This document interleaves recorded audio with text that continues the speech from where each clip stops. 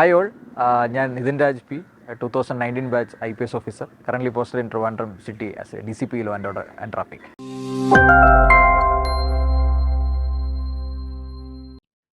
IAS, IPS, IFS, IRS എന്നീ സർവീസുകൾ അടങ്ങുന്നതാണ് നമ്മുടെ Indian bureaucracy. The steel frame of India എന്ന് സർദാർ വല്ലഭായ് പട്ടേൽ അക്ലെയിം ചെയ്തിട്ടുള്ള നമ്മുടെ ഇന്ത്യൻ സിവിൽ സർവീസസ്. ഈ ഒരു സർവീസ് പ്രൊഫൈൽ ആസ്പയർ ചെയ്യുന്ന കോടിക്കണക്കിന് ആസ്പിറൻസ് ഉണ്ട് നമ്മുടെ നാട്ടിൽ. അതിലൊരു സ്പെഷ്യൽ മെജോറിറ്റി ഒരു സ്പെഷ്യൽ സർവീസ് തന്നെ ആസ്പയർ ചെയ്യുന്നുണ്ട്, the uniform service, the Indian police service. അപ്പോൾ ഈ ഒരു ഇന്ത്യൻ പോലീസ് സർവീസ് മോട്ടിവേറ്റ് ചെയ്യിക്കാൻ വേണ്ടി നമ്മൾ ആക്ച്വലി ആസ്പിറൻസിനെ മോട്ടിവേറ്റ് ചെയ്യിക്കാൻ വേണ്ടി നമ്മൾ നിരവധി പോലീസ് ഓഫീസേഴ്സുമായിട്ട് ഇൻ്റർവ്യൂ നടത്തിയിട്ടുണ്ട്. ഇന്ന് അതോടൊപ്പം തന്നെ നമ്മൾ 2019 ബാച്ച് IPS ഓഫീസറായിട്ടുള്ള നിതിൻ രാജ് IPSനെയാണ് നിങ്ങളുടെ മുന്നിൽ ഫീച്ചർ ചെയ്യുന്നത്. Sir, most welcome to UPSC Kerala, the community of aspirants. Sir, ആദ്യം തന്നെ എനിക്ക് ചോദിക്കാനുള്ളത്, നമ്മുടെ UPSC കേരള എന്ന് പറയുന്ന ഒരു കമ്മ്യൂണിറ്റി നമ്മുടെ ഈ തിരുവനന്തപുരം സിവിൽ സർവീസ് ഹബ്ബിൽ ഉണ്ട്, സാറിന് അറിയാമെന്ന് കരുതുന്നു. അപ്പോൾ ഈ ഒരു കമ്മ്യൂണിറ്റിയുടെ ഒരു പൊട്ടൻഷ്യൽ അല്ലെങ്കിൽ ഈ കമ്മ്യൂണിറ്റിയെക്കുറിച്ച് സാറിൻ്റെ ഒരു അഭിപ്രായം എന്താണ്? Vote you think? ആസ്പിറൻസിന് എത്രമാത്രം യൂസ്ഫുൾ ആയിരിക്കും, അങ്ങനെ എന്തെങ്കിലും സാറിന് തോന്നിയിട്ടുണ്ടോ? ഇതിൻ്റെ ഒരു ആവശ്യകതയുണ്ടോ? ട്രിവാൻഡ്രത്ത് over A period of time ഇപ്പോൾ ഒരുപാട് ആസ്പിറൻസ് ട്രിവാൻഡ്രത്തുണ്ട്. തിരുവനന്തപുരത്ത് മാത്രമല്ല, ഇപ്പോൾ ഓൺലൈൻ പ്ലാറ്റ്ഫോമിനെ സംബന്ധിച്ചിടത്തോളം അതെവിടെ ബേസ് ചെയ്തിരിക്കുന്നു എന്നതിന് പ്രസക്തിയില്ല. എവിടെ നിൽക്കുന്ന ഒരാൾക്കും ആ ഒരു പ്ലാറ്റ്ഫോമിൻ്റെ യൂട്ടിലിറ്റി ഉണ്ടാവും. സോ ഒരു പ്ലാറ്റ്ഫോം, അതും കോമൺ ആയിട്ട് ആസ്പിറൻസിൻ്റെ വിഷയങ്ങൾ സംസാരിക്കാൻ, സിവിൽ സർവീസ് പ്രിപ്പറേഷനുമായി ബന്ധപ്പെട്ടുള്ള കാര്യങ്ങൾ സംസാരിക്കാനുള്ള ഒരു പ്ലാറ്റ്ഫോം ഉണ്ടാവുന്നു എന്ന് പറയുന്നത് തീർച്ചയായിട്ടും വളരെ നല്ലൊരു കാര്യമാണ്. ഒരുപക്ഷെ അവിടെ അവരുടെ കോമൺ ആയിട്ടുള്ള ചില റിക്വയർമെൻറ്റ്സ് അവർക്ക് പ്ലേസ് ചെയ്യാൻ വേണ്ടി പറ്റും. അവർക്ക് കോമൺ ആയിട്ട് കുറച്ച് മെറ്റീരിയൽസ് പ്രൊവൈഡ് ചെയ്യാൻ വേണ്ടി പറ്റും.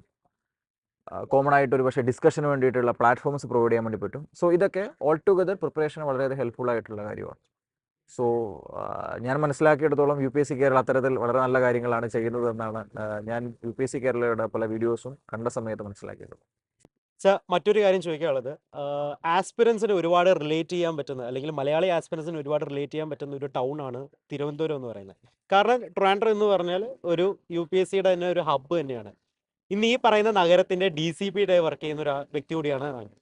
അപ്പോൾ സാറിൻ്റെ ഒരു ആസ്പിറൻ ലൈഫ് എത്രമാത്രം ട്രിവാൻഡ്രത്തിനെ സ്വാധീനിച്ചിട്ടുണ്ടെന്ന് എനിക്കറിയില്ല. സോ അതെല്ലാം ഒന്ന് ആ ഒരു കോണ്ടെക്സ്റ്റിൽ നോക്കുകയാണെങ്കിൽ സാറിൻ്റെ ഒരു ആസ്പിറൻ ലൈഫിനെ കുറിച്ചുള്ള ഒരു ഗ്ലാൻസ് തരാമോ നമുക്ക്? സിവിൽ സർവീസിൻ്റെ പ്രിപ്പറേഷൻ ടൈമിൽ ഞാനും ട്രിവാൻഡ്രത്ത് തന്നെയായിരുന്നു most of the time. Mains preparation time മുതൽ ഇൻ്റർവ്യൂവും അതിൻ്റെ ലേറ്റർ ഉള്ള ഡിസ്കഷൻ ടൈമിലൊക്കെ ഞാൻ ട്രിവാൻഡ്രത്തുണ്ടായിരുന്നു. സോ ഓൾമോസ്റ്റ് 2 years പ്രിപ്പറേഷനുമായി ബന്ധപ്പെട്ടിട്ട് തിരുവനന്തപുരത്ത് ഞാനുണ്ടായിരുന്നു. സോ ആ ഒരു സമയത്ത് മോക്ക് ടെസ്റ്റുകളും എക്സാമുകളും ഡിസ്കഷൻസും ഒക്കെ തിരുവനന്തപുരം വളരെ ആക്റ്റീവായിട്ടുള്ള ഒരു സ്ഥലമാണ്. സോ നമ്മളുടെ പ്രിപ്പറേഷൻ ഒപ്പം തന്നെ പ്രിപ്പറേഷൻ ഉതകുന്നത്, അല്ലെങ്കിൽ നമ്മൾക്ക് നമ്മളുടെ സബ്ജക്റ്റുമായി ബന്ധപ്പെട്ടോ അല്ലെങ്കിൽ നമുക്ക് പേഴ്സണലി ഇഷ്ടമുള്ള ഒരുപാട് കാര്യങ്ങൾ നടക്കുന്ന ഒരു സ്ഥലമാണ് തിരുവനന്തപുരം. കൾച്ചറലി ഒരുപാട് പ്രോഗ്രാംസ് നടക്കുന്നുണ്ട്, വിവിധങ്ങളായുള്ള വിഷയങ്ങൾ ഒരുപാട് ഡിസ്കഷൻസ് നടക്കുന്നുണ്ട്. സോ എനിക്ക് ഇത്തരത്തിലുള്ള പരിപാടികൾ പങ്കെടുക്കുന്നത് വളരെ താല്പര്യമുള്ള സ്ഥലമാണ്. സോ തിരുവനന്തപുരം പ്രിപ്പറേഷൻ നടക്കുന്ന ഒരു ഭാഗത്ത് നമ്മൾ പ്രിപ്പറേഷനുമായി ബന്ധപ്പെട്ടിട്ടുള്ള ഡിസ്കഷൻസിലൂടെ ഒരു ഭാഗത്ത് പോകുന്നു, അതോടൊപ്പം തന്നെ എൻ്റർടൈനിങ് ആയിട്ടുള്ള ഒരുപാട് ആക്ടിവിറ്റീസ് നടക്കുന്ന ഒരു സ്ഥലമായതുകൊണ്ട് തന്നെ ആ രീതിയിൽ നമ്മൾക്ക് നമ്മുടെ ഒരു പ്രിപ്പറേഷൻ ജേണിയെ ബാലൻസ് ചെയ്യിക്കാൻ പറ്റിയ ഒരു സ്ഥലം കൂടിയാണ് തിരുവനന്തപുരം. സോ അത് മാത്രമല്ല, ഒരുപാട് ആൾക്കാർ പ്രിപ്പയർ ചെയ്യുന്ന ഒരു സ്ഥലം കൂടി ആയതുകൊണ്ട് നല്ല ഡിസ്കഷനുള്ള സാധ്യതയുണ്ട്. നമുക്കൊരു ഡിസ്കഷൻ ഗ്രൂപ്പ് ഉണ്ടാവും, നമ്മൾക്ക് പ്രിപ്പറേഷന് വേണ്ടിയിട്ടുള്ള ഒരു ഗ്രൂപ്പ് ഉണ്ടാവും. അതിനുതകുന്ന ഒരു അറ്റ്മോസ്ഫിയർ തിരുവനന്തപുരത്തുനിന്നുണ്ട്. അപ്പോൾ തിരുവനന്തപുരത്തുനിന്ന് മാത്രമല്ല, ഞാൻ നേരത്തെ പറഞ്ഞ ഒരു പോയിന്റിലേക്ക് വരികയാണെങ്കിൽ, ഇന്ന് സിവിൽ സർവീസിൻ്റെ പ്രിപ്പറേഷൻ എന്ന് പറയുന്നത് ഒരു ജോഗ്രഫിക് ലൊക്കേഷൻ ബേസ് ചെയ്തിട്ടൊരു പ്രിപ്പറേഷൻ അല്ല. ഡിജിറ്റലി കണക്റ്റഡ് ആയിട്ടുള്ളൊരു പ്ലാറ്റ്ഫോംസ് നമുക്ക് ലഭ്യമാണ്. അവിടെ എവിടെയുള്ള കണ്ടന്റുകളാണെന്നുണ്ടെങ്കിലും നമുക്ക് ഓൺലൈനിൽ ലഭ്യമാണ്. സോ വളരെ പഠിക്കാൻ ഉതകുന്ന ഒരു സ്ഥലം, അല്ലെങ്കിൽ നമ്മൾക്ക് കൺവീനിയൻ്റ് ആയിട്ടുള്ള ഒരു പ്ലേസ് ഉണ്ടെങ്കിൽ അതിനെ കണക്ട് ചെയ്യുന്ന സപ്പോർട്ടിംഗ് ആയിട്ടുള്ള മെറ്റീരിയൽസ് ഒക്കെ ഇന്ന് ഡിജിറ്റലി അവൈലബിൾ ആണ്. സോ തിരുവനന്തപുരം ഒബ്വിയസ്ലി വളരെ സ്പെഷ്യൽ ആണ്. തീർച്ചയായും അവിടെ പ്രിപ്പറേഷൻ നടത്തിയ ഒരു സ്ഥലത്ത് DCP ആയിട്ട് ജോലി ചെയ്യാൻ പറ്റുന്നത് തീർച്ചയായിട്ടും സന്തോഷമുള്ള ഒരു കാര്യമാണ്. ഇൻ കേസ് ട്രിവാൻഡ്രം ഒരു കോണ്ടെക്സ്റ്റായി എടുക്കാതെ സാറിൻ്റെ ആസ്പിറൻ ലൈഫിൽ പറയാൻ പറ്റുന്ന രീതിയിലുള്ള കഥകൾ എന്തെങ്കിലും? അല്ല, തിരുവനന്തപുരത്ത് പ്രിപ്പറേഷൻ ടൈം എന്ന് പറയുന്നത് ഒബ്വിയസ്ലി നമ്മൾ ഒന്ന് തിരിഞ്ഞു നോക്കുന്ന സമയത്ത് ഓരോ ആൾക്കാരുടെ പ്രിപ്പറേഷൻ ലൈഫും വ്യത്യസ്തമുള്ളതായിരിക്കും. എവരി ഇൻഡിവിജ്വൽ പ്രിപ്പറേഷൻ സ്റ്റൈൽ എന്ന് പറയുന്നത് ഡിഫറെൻ്റ് ആണ്. പ്രിപ്പറേഷൻ്റെ രീതികളിലുള്ള കാര്യങ്ങളെല്ലാം ഡിഫറെൻ്റാണ്. സോ നമ്മളും പല തരത്തിലേക്കുള്ള trial and error method preparation സമയത്ത് നടത്താറുണ്ട്. പല രീതിയിലുള്ള ട്രയൽ ആൻഡ് എറർ മെത്തേഡ് നടത്തും. അതിൽ പല വീഡിയോസ് നമ്മൾ കാണും. അതിൽ കുറേയൊക്കെ ഏതൊക്കെയാണ് നമ്മൾക്ക് ഇൻകാൽക്കുലേറ്റ് ചെയ്യാൻ പറ്റുന്നത് നമ്മൾ നോക്കും. അതിൽ കുറേയൊക്കെ നമുക്ക് പറ്റും, കുറേയൊക്കെ നമ്മൾക്ക് സ്യൂട്ടബിൾ ആവുന്നതായിരിക്കില്ല. അപ്പോൾ ഇങ്ങനെയുള്ള കുറേ കാര്യങ്ങൾ നമ്മൾ സ്വീകരിക്കുകയും കുറേ കാര്യങ്ങൾ ഒഴിവാക്കുകയും ആ രീതിയിലാണ് നമ്മൾ നമ്മളുടെ മെത്തേഡ് ചെയ്യുന്നത്. സോ ഇതിൽ ഏറ്റവും പ്രധാനപ്പെട്ട കാര്യമായിട്ട് എനിക്ക് തോന്നിയിട്ടുള്ളൊരു കാര്യം, നമുക്കെല്ലാവർക്കും വളരെ യുണീക്കായിട്ടുള്ള ചില കാര്യങ്ങളുണ്ട്. അത് വെച്ച് നമ്മുടെ റൈറ്റിംഗ് സ്റ്റൈലായിരിക്കാം, പ്രിപ്പറേഷൻ സ്ട്രാറ്റജി ആയിരിക്കാം, അതല്ലെങ്കിൽ നമ്മൾ കാര്യങ്ങൾ മെമ്മറൈസ് ചെയ്യുന്നതിൻ്റെ രീതികളായിരിക്കും, മെമ്മറൈസ് ചെയ്യുന്ന ടെക്നിക്സ് ആയിരിക്കാം. ഇത് ഓരോ ആൾക്കാർക്കും വളരെ ഇൻഡിവിജ്വലൈസ്ഡ് ആയിട്ട് over A period of time generate ചെയ്യുന്നതാണ്. നമ്മളെല്ലാ ആൾക്കാരും വിവിധങ്ങളായിട്ടുള്ള എക്സാം എഴുതിയിട്ടാണ് ഈ പോയിന്റ് വരെ എത്തിയിരിക്കുന്നത്. സ്കൂളുകളിൽ എക്സാം എഴുതിയിട്ടുണ്ട്, കോളേജുകളിൽ എക്സാം എഴുതിയിട്ടുണ്ട്, ഇങ്ങനെ ഡിഫറെൻ്റ് ആയിട്ടുള്ള എക്സാമുകൾ നമ്മൾ ഇതിനു മുമ്പും എഴുതിയിട്ടുണ്ട്. അപ്പോൾ ആ പ്രിപ്പറേഷൻ കാലയളവിൽ നമ്മൾക്ക് സ്യൂട്ടബിൾ ആയിരിക്കുന്ന ഒരുപാട് കാര്യങ്ങളുണ്ട്. അപ്പോൾ അവിടെയുള്ള ചില കാര്യങ്ങൾ ഒരുപക്ഷെ നമുക്ക് ഈ സിവിൽ സർവീസ് പ്രിപ്പറേഷനിലും ഒബ്വിയസ്ലി ഉപയോഗിക്കാൻ വേണ്ടി പറ്റും.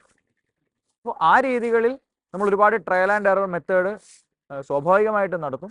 പക്ഷേ അപ്പോഴും മനസ്സിൽ കീപ്പ് ചെയ്യേണ്ട ഒരു പ്രധാനപ്പെട്ട കാര്യം, ഞാനൊരു ഇൻഡിവിജ്വലാണ്. ഈ ഇൻഡിവിജ്വൽ ആയിട്ടുള്ള ചില കാര്യങ്ങളുണ്ട്, ഒരു ടാലൻസ് ഉണ്ട്. ആ കാര്യങ്ങളെ എങ്ങനെ എക്സാമിനേഷൻ്റെ പ്രിപ്പറേഷനിലും എക്സാമിനേഷൻ്റെ സ്ട്രാറ്റജിയിലേക്കും മെർജ് ചെയ്തുകൊണ്ട് വിജയിക്കാൻ വേണ്ടി പറ്റും, അല്ലെങ്കിൽ അതെങ്ങനെ എനിക്ക് അതിൻ്റെ അഡ്വാൻറ്റേജ് ആയിട്ട് ഉപയോഗിക്കാൻ വേണ്ടി പറ്റും എന്നുള്ളൊരു കാര്യം കൂടി ഉണ്ടാവണം. അതല്ലാതെ ബ്ലൈൻഡായിട്ട് നമ്മൾ വീഡിയോസ് ഫോളോ ചെയ്തുകൊണ്ടോ അല്ലെങ്കിൽ മറ്റൊരാളുടെ സ്ട്രാറ്റജി അതേപടി ഫോളോ ചെയ്യുന്നത് കൊണ്ടോ ഒരു പക്ഷേ നമുക്ക് സ്യൂട്ടബിൾ ആവണമെന്നില്ല. സ്യൂട്ടബിൾ ആവാതിരിക്കാം. പക്ഷേ ഇറ്റ്സ് ഓൾവേസ് ബെറ്റർ ഒരുപാട് കാര്യങ്ങൾ കേൾക്കുക, അതിൽ നമ്മൾക്ക് സ്യൂട്ടബിൾ ആവുന്നത് മാത്രം എടുക്കുക, അതല്ലാത്തതിനെ മാറ്റി നിർത്തുക.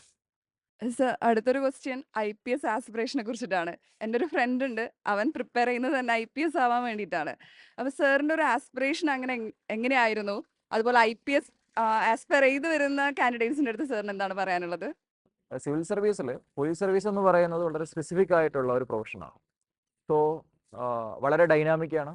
അതിൽ ഒരുപാട് ഡേയ്സിൽ ഒരുപാട് കാര്യങ്ങളുണ്ടാവും. ഓരോ ദിവസവും പുതിയ കാര്യങ്ങളാണ്. സോ ഓരോ ഫയലുകളിലും അല്ലെങ്കിൽ ഓരോ വിഷയങ്ങളിലും പുതിയ കാര്യങ്ങളാണ് നമ്മൾ മനസ്സിലാക്കുന്നത്, പുതിയ കാര്യങ്ങളിലാണ് നമ്മൾ ഇടപെടുന്നത്. സോ IPS എന്ന് പറയുന്നത് വളരെ ഇൻട്രസ്റ്റിംഗ് ആയിട്ടുള്ള ഒരു പ്രൊഫഷനാണ്. സർ, പല ആസ്പിരൻസും നേരിടുന്ന ഒരു പ്രശ്നമാണ് പ്രിപ്പറേഷനിലെ കൺസിസ്റ്റൻസി. ഈവൻ പ്രിലിംസിൻ്റെ പാറ്റേൺ ചേഞ്ച് വരുന്നുണ്ട്, സോഷ്യൽ പ്രഷേഴ്സ് ഉണ്ട്. സോ സാറ് പ്രിപ്പയർ ചെയ്യുന്ന സമയത്ത് എങ്ങനെയായിരുന്നു കൺസിസ്റ്റൻറ്റ് ഓർ മോട്ടിവേറ്റഡ് ആയിട്ട് പ്രിപ്പയർ ചെയ്യുന്നത്? ഓക്കെ, സോ ഈ ഒരു ക്വസ്റ്റ്യനിൽ ഞാൻ അർജുനോട് തിരിച്ചൊരു ചോദ്യം ചോദിക്കാം.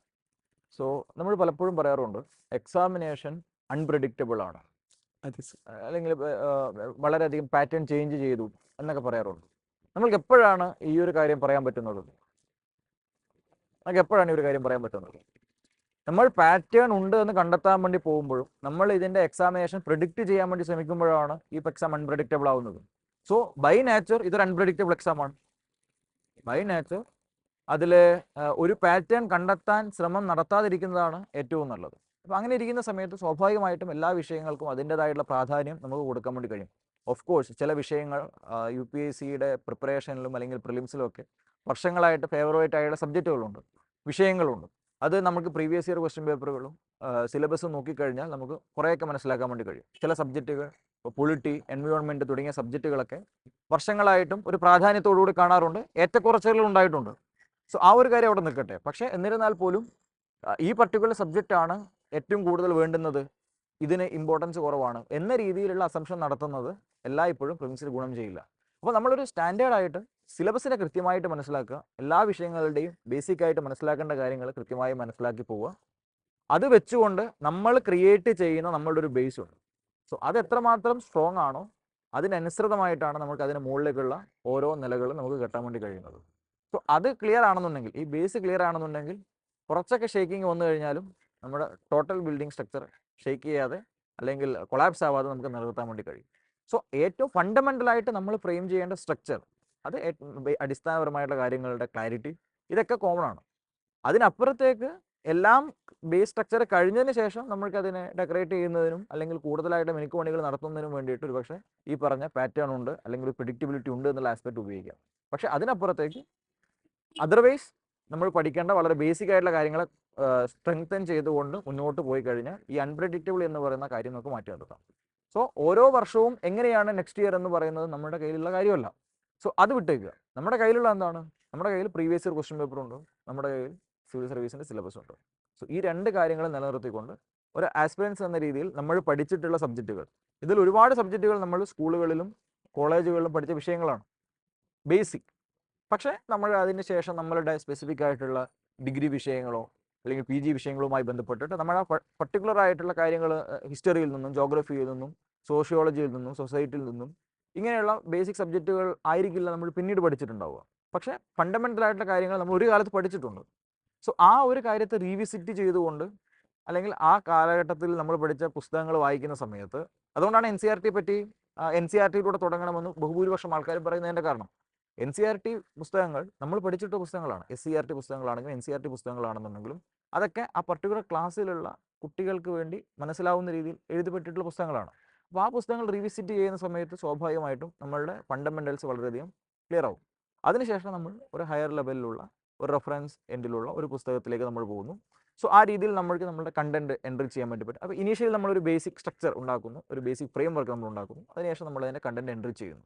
സോ ഈ രീതിയിൽ നമ്മൾ പോകുന്ന സമയത്ത് എല്ലാ സബ്ജക്റ്റിനെ പറ്റിയിട്ട് നമുക്കൊരു ബേസിക് ആയിട്ടുള്ള അണ്ടർസ്റ്റാൻഡിങ് ഉണ്ടാകും. സോ ഏതെങ്കിലും ഒരു പർട്ടിക്കുലർ സബ്ജക്റ്റ് നമ്മൾ കോൺസെൻട്രേറ്റ് ചെയ്ത് കഴിഞ്ഞാൽ ആ സബ്ജക്റ്റുകൾ ആ വർഷം പ്രയോറിറ്റി ലിസ്റ്റിൽ വന്നില്ല എങ്കിൽ സ്വാഭാവികമായിട്ടും അതൊരു നഷ്ടമായിരിക്കും. സോ അതിനേക്കാളും ഏറ്റവും നല്ലത് എല്ലാ സബ്ജക്റ്റുകൾക്കും അഡിക്വേറ്റ് ആയിട്ടുള്ള ഇമ്പോർട്ടൻസ് കൊടുക്കുക. ആ സമയത്ത് ഞാൻ പറയുകയാണ്, ചില സബ്ജക്റ്റുകൾക്ക് പ്രിലിംസിൽ ഉള്ള ചില സബ്ജക്റ്റുകൾ കൂടുതൽ അതേ വെയിറ്റേജിൽ തന്നെയോ അല്ലെങ്കിൽ ആ രീതിയിൽ തന്നെയോ മെയിൻസിൽ ചോദിക്കാറുണ്ട്. ആ പാറ്റേൺ നമുക്ക് കണ്ടെത്താൻ വേണ്ടി കഴിയും. സോ ഈ രീതിയിലുള്ള ഒരു അനാലിസിസ് നമുക്ക് എക്സാമിനേഷനെ പറ്റിയിട്ട് ഉണ്ടാവണം. പക്ഷേ പ്രിഡിക്റ്റ് ചെയ്യാൻ വേണ്ടിയിട്ടുള്ള ശ്രമം പലപ്പോഴും നമ്മളെ സക്സസ്ഫുൾ ആയിട്ട് കൊണ്ടെത്തിക്കാറില്ല എന്നുള്ളതൊരു വാസ്തവമാണ്. സാർ അത് റിലേറ്റ് ചെയ്തൊരു ചോദ്യം. സാർ ഇപ്പോൾ പറഞ്ഞതിൽ ഒരു അക്കാഡമിക് മെത്തഡോളജിയാണ് സാർ സജസ്റ്റ് ചെയ്തത്. എൻ്റെ ഒരു അറിവ് ശരിയാണെങ്കിൽ സാറിന് സെക്കൻഡ് അറ്റംപ്റ്റിലാണ് സർവീസ് കയറുന്നത്. അതെ. അതെ. അപ്പോൾ സാർ ഫസ്റ്റ് അറ്റംപ്റ്റിൽ ആക്ച്വലി ഒന്ന് ഫെയിൽ ചെയ്തിരുന്നു. അപ്പോൾ ഈ putting aside the academic methodology വിട്ട് കഴിഞ്ഞാൽ ആസ്പിറൻസ് ഫേസ് ചെയ്യുന്ന ഒരു മെൻ്റൽ സ്ട്രെസ് ഉണ്ടല്ലോ, ഒരു പരീക്ഷ തോറ്റു കഴിയുമ്പോൾ ഉണ്ടാകുന്ന ഒരു മെൻ്റൽ സ്ട്രെസ്, ആ കൺസിസ്റ്റൻസി മെയിൻറ്റെയിൻ ചെയ്യാൻ പറ്റുന്നില്ല. So how do address that area? So നമ്മൾക്കൊരു ഫെയിലിയർ ഉണ്ടാകുന്ന സമയത്ത് നമ്മളൊരു എക്സാമിനേഷനിലോ അല്ലെങ്കിൽ ഒരു പർട്ടിക്കുലർ ആസ്പെക്റ്റിലോ നമ്മൾ ഫെയിലിയർ ആയിട്ടുണ്ടെങ്കിൽ എന്തുകൊണ്ടാണ് ഫെയിലിയർ ഉണ്ടാകുന്നത്? ഫെയിലിയർ ആവാൻ പല കാരണങ്ങളുണ്ടാവും. ഉം. പഠിച്ചില്ല, ഉം. പ്രിപ്പയർ ചെയ്തില്ല ആ. ഒരു പക്ഷേ, ഉം. Personal reasons anything. So multiple reasons ഉണ്ട് ഒബ്വിയസ്ലി. സോ നമ്മൾക്ക് ഒരു ഫെയിലിയർ ഉണ്ടാവുന്ന സമയത്ത് എക്സാം പെർസ്പെക്റ്റീവിൽ തന്നെ പറയാം. നമ്മൾക്ക് ഫെയിലിയർ ഉണ്ടാവുന്ന സമയത്ത് ഏറ്റവും ഫസ്റ്റായിട്ട് നമുക്ക് ചെയ്യാൻ പറ്റുന്നത് നമ്മൾ ചെയ്ത പ്രിപ്പറേഷൻ മെത്തേഡ്സിൽ എവിടെയാണോ അല്ലെങ്കിൽ നമ്മൾ പോയിരുന്ന പ്രിപ്പറേഷൻ സ്ട്രാറ്റജിയിൽ എവിടെയാണോ ഒരു കുറവ് വന്നിട്ടുള്ളത് ആ ഒരു കാര്യത്തെ റെക്കഗ്നൈസ് ചെയ്യുക എന്നുള്ളതാണ് ഫസ്റ്റ് സ്റ്റെപ്പ്. അതായത് പക്ഷെ പലപ്പോഴും കുറച്ച് ചില സമയത്തൊക്കെ നമ്മളുടെ ഭാഗത്തൊക്കെ ഓക്കെയാണ്, എൻ്റെ പ്രിപ്പറേഷനിൽ പ്രശ്നമൊന്നുമില്ല എന്ന രീതിയിൽ നമ്മൾ അസംഷൻ എടുക്കാറുണ്ട്. ചില സമയത്ത് ശരിയായിരിക്കാം. പക്ഷേ എന്നിരുന്നാൽ പോലും നമ്മൾ എക്സാമിനേഷൻ എഴുതി ആ രീതിയിൽ നമുക്ക് പെർഫോം ചെയ്യാൻ വേണ്ടി കഴിഞ്ഞില്ല, അല്ലെങ്കിൽ അതിൻ്റെ സെലക്റ്റഡ് ലിസ്റ്റിലേക്ക് നമ്മൾ വന്നില്ല എന്ന് പറഞ്ഞു കഴിഞ്ഞാൽ നമുക്ക് എവിടെയാണ് നമുക്ക് മാർക്ക് ലിസ്റ്റ് വരുന്ന സമയത്ത് നമുക്കറിയാം എവിടെയാണ് നമ്മൾക്ക് വീക്ക് പോയിന്റ് ഉണ്ടായിട്ടുള്ളത്. അപ്പോൾ ഈ എക്സാമിനേഷൻ്റെ ഒരു പാറ്റേൺ നോക്കിക്കഴിഞ്ഞാൽ ഇവിടെ നിങ്ങൾക്ക് ഒരു കാര്യത്തെപ്പറ്റി നിങ്ങൾക്ക് ഇൻഡെപ്ത് ആയിട്ടുള്ള നോളജ് ഉണ്ട്, അല്ലെങ്കിൽ വളരെ പെരിഫറൽ ആയിട്ടുള്ള നോളജ് ഉണ്ട്, വട്ട് എവർ ഇറ്റ് ഈസ്. നിങ്ങൾക്ക് ആ നോളജ് മാത്രം ഉണ്ടായതുകൊണ്ട് കാര്യമില്ല. പ്രിലിംസിനെ സംബന്ധിച്ചിടത്തോളം നിങ്ങളുടെ മുമ്പിലുള്ള 4 ചോയ്സുകൾ ഒന്നിനെ നിങ്ങൾ സെലക്ട് ചെയ്ത് അത് OMRൽ മാർക്ക് ചെയ്യുന്നിടത്താണ് നിങ്ങളുടെ മാർക്ക് വാല്യൂറ്റ് ചെയ്യപ്പെടുന്നത്. ഇനി മെയിൻസിലേക്ക് എത്തിക്കഴിഞ്ഞാൽ നിങ്ങൾ വളരെയധികം വായിക്കുന്ന ഒരാളാണ്, നിങ്ങൾ സജീവമായി ഡിസ്കഷനിൽ പങ്കെടുക്കുന്ന ഒരാളാണ്. പക്ഷേ മെയിൻസിൻ്റെ ഇപ്പോഴത്തെ എക്സാം പാറ്റേൺ എന്ന് പറയുന്നത് ഡിസ്ക്രിപ്റ്റീവായിട്ട് ഉത്തരം എഴുതുന്നിടത്താണ്. സോ നിങ്ങളുടെ ഉള്ളിലുള്ള ഒരു കണ്ടന്റിനെ നിങ്ങൾക്ക് തന്നിരിക്കുന്ന സമയത്തിൻ്റെ ഉള്ളിൽ, ആ ടൈം ലിമിറ്റിൻ്റെ ഉള്ളിൽ ഉത്തരമാക്കി എഴുതുക എന്ന് പറയുന്ന ഒരു വലിയൊരു ചലഞ്ച് അവിടെയുണ്ട്. നിങ്ങൾക്ക് എല്ലാത്തിനും ഉത്തരമുണ്ടാവും, നിങ്ങൾക്ക് ഈ പറഞ്ഞ കാര്യങ്ങൾ കൃത്യമായിട്ടുള്ള ആൻസർ കൊടുക്കാൻ വേണ്ടി കഴിയുമായിരിക്കും, അതിനെപ്പറ്റി നിങ്ങൾക്ക് അറിയുമായിരിക്കും. പക്ഷേ അത് തന്നിരിക്കുന്ന സമയത്തിൻ്റെ ഉള്ളിൽ അതൊരു ഉത്തരമായി എഴുതി നിങ്ങൾക്ക് കംപ്ലീറ്റ് ചെയ്യാൻ വേണ്ടി കഴിയും. സോ അവിടെ ആൻസർ റൈറ്റിംഗ് എന്ന് പറയുന്നത് ഒരു സ്കില്ലാണ്. ഇനി മൂന്നാമത്തെ ഘട്ടത്തിലേക്ക് പോകുന്ന സമയത്ത് നിങ്ങളുടെ ഉള്ളിലുള്ള കാര്യങ്ങളെ നിങ്ങൾ ഡയറക്റ്റായിട്ട് ഒരു ഇൻ്റർവ്യൂ പാനലിൻ്റെ മുന്നിൽ ഡിസ്കസ് ചെയ്യുകയാണ്. സോ ഈ 3 പരീക്ഷയുടെ ഘട്ടം എന്ന് പറയുന്നതും 3 രീതികളിലാണ്. സോ നമ്മൾ ഒരുപാട് വായിക്കുക എന്ന് പറയുന്നതിനോടൊപ്പം തന്നെ വളരെ പ്രധാനപ്പെട്ടതാണ് എക്സാമിനേഷൻ ഉതകുന്ന രീതിയിൽ ഈ ആൻസേഴ്സ് എനിക്ക് ഇവാലുവേറ്ററുടെ അടുത്ത് കമ്മ്യൂണിക്കേറ്റ് ചെയ്യാൻ വേണ്ടി കഴിയുന്നുണ്ടോ എന്നുള്ളത്. സോ എക്സാമിനേഷൻ കഴിയുന്ന സമയത്ത് എനിക്ക് ഉത്തരം അറിയാമായിരുന്നു, എനിക്കത് എഴുതാൻ സമയം കിട്ടിയില്ല എന്ന് പറഞ്ഞു കഴിഞ്ഞാൽ ഒബ്വിയസ്ലി ആ എഴുതി കഴിഞ്ഞാൽ നമുക്ക് കിട്ടുന്ന ഇമ്പാക്റ്റ് അവിടെ ഇല്ല, നമ്മൾക്ക് ആ മാർക്ക് നഷ്ടമാണ്.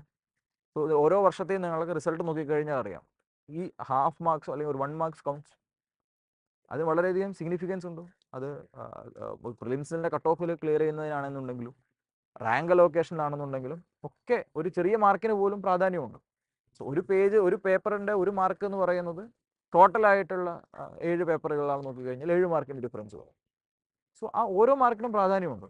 സോ ആ രീതികളിൽ അപ്പോൾ നമ്മളൊരു ഒരു ഇപ്പം നേരത്തെ പറഞ്ഞ പോയിന്റിലേക്ക് നമ്മൾ തിരിച്ചു വരുന്നതാണെങ്കിൽ, അപ്പോൾ നമ്മൾക്ക് ഈ പറഞ്ഞ എല്ലാ ക്വസ്റ്റ്യൻസും അറ്റൻഡ് ചെയ്യാൻ പറ്റിയിട്ടുണ്ടോ? ഇനി അറ്റൻഡ് ചെയ്യാൻ പറ്റിയിട്ടുണ്ടെങ്കിൽ തന്നെ എൻ്റെ ഉള്ളിലുള്ള എല്ലാ കണ്ടന്റുകളും എനിക്ക് ഡെലിവർ ചെയ്യാൻ വേണ്ടി കഴിഞ്ഞിട്ടുണ്ടോ? ചില ക്വസ്റ്റ്യൻസ് കാണുന്ന സമയത്ത് ഒബ്വിയസ്ലി നമ്മൾക്ക് കൂടുതലായിട്ടുള്ള സമയം അതിനു വേണ്ടി ആലോചിക്കേണ്ടതായിട്ട് വരും. ചില ഫാക്ട്സ് നമ്മൾക്ക് പഠിച്ചതായിരിക്കും, പക്ഷെ നമ്മൾക്ക് ഇത് എവിടെയോ കേട്ടൊരു ഓർമ്മയായിരിക്കും. സോ റിവിഷൻ്റെ പ്രശ്നം ഉണ്ടാവും. നമ്മൾ കൂടുതലായിട്ട് റിവിഷൻ ചെയ്തിട്ടുണ്ടെങ്കിൽ ഒബ്വിയസ്ലി നമുക്ക് വളരെ പെട്ടെന്ന് ഈ കാര്യത്തെ റീപ്രൊഡ്യൂസ് ചെയ്യാൻ വേണ്ടി കഴിയും. സോ അപ്പോൾ ഈ പറഞ്ഞിരിക്കുന്ന പ്രിപ്പറേഷന് ആ ടൈം ലിമിറ്റിനുള്ളിൽ ചെയ്യുന്നതിന് വേണ്ടിയിട്ട് നമ്മൾ എക്സാമിനേഷൻ പ്രിപ്പറേഷൻ്റെ കൂട്ടത്തിൽ കൺസിഡർ ചെയ്യേണ്ട പ്രധാനപ്പെട്ട ചില പോയിന്റ്സ് ഉണ്ട്. അതിലൊന്ന് റിവിഷനാണ്. നമ്മൾ പഠിച്ച കാര്യത്തെ റിവിസിറ്റ് ചെയ്യും, അല്ലെങ്കിൽ മറ്റെവിടെ ഏതെങ്കിലും മോക്ക് എക്സാമിനേഷൻ നമ്മൾ എഴുതിയിട്ടുണ്ടെങ്കിൽ സ്വാഭാവികമായിട്ടും റിയൽ എക്സാമിനേഷൻ നമുക്കത് പെട്ടെന്ന് എഴുതാൻ വേണ്ടിയിട്ടുള്ള ഒരു ക്ലാരിറ്റി ഉണ്ടാവും, വളരെ പെട്ടെന്ന് നമുക്ക് എഴുതാൻ വേണ്ടി പറ്റും. ഒരുപക്ഷെ നമ്മൾ മറ്റൊരാൾക്ക് ഡിസ്കസ് ചെയ്തൊരു കാര്യമാണെങ്കിൽ, അല്ലെങ്കിൽ ക്ലാസ് വഴിയോ അല്ലെങ്കിൽ ഗ്രൂപ്പ് ഡിസ്കഷനോ പറഞ്ഞൊരു കാര്യമാണെങ്കിൽ ആ ഒരു പോയിന്റ് നമുക്ക് വളരെ പെട്ടെന്ന് കൊണ്ടുവരാൻ വേണ്ടി കഴിയും. സോ റീപ്രൊഡ്യൂസ് ചെയ്തൊരു കാര്യത്തെ നമുക്ക് വളരെ പെട്ടെന്ന് റീകളക്ട് ചെയ്തുകൊണ്ട് എഴുതാൻ വേണ്ടി കഴിയും. അപ്പോൾ ആ രീതിയിൽ റിവിഷൻ ഞാൻ പ്രോപ്പറായിട്ട് ചെയ്തിട്ടുണ്ടായിരുന്നു. അതല്ലെങ്കിൽ ഞാൻ പഠിച്ച മെറ്റീരിയൽസിൽ ഏതെങ്കിലും തരത്തിലേക്കുള്ള ചേഞ്ചസ് വരുത്തേണ്ടതുണ്ടോ, ഇനി കൺസെപ്റ്റിൽ ക്ലാരിറ്റി ഉണ്ടായിട്ടുണ്ടോ എന്നുള്ളതും കൂടെ പ്രധാനമാണ്. ചില സമയത്ത് നമ്മൾ ചില കാര്യങ്ങൾ കൃത്യമായിട്ട് മനസ്സിലായിട്ടില്ല എങ്കിലും നമ്മൾ മനസ്സിലായി എന്ന് അസ്യൂം ചെയ്യാറുണ്ട്. ഇതൊരു ഫാക്റ്റാണ്.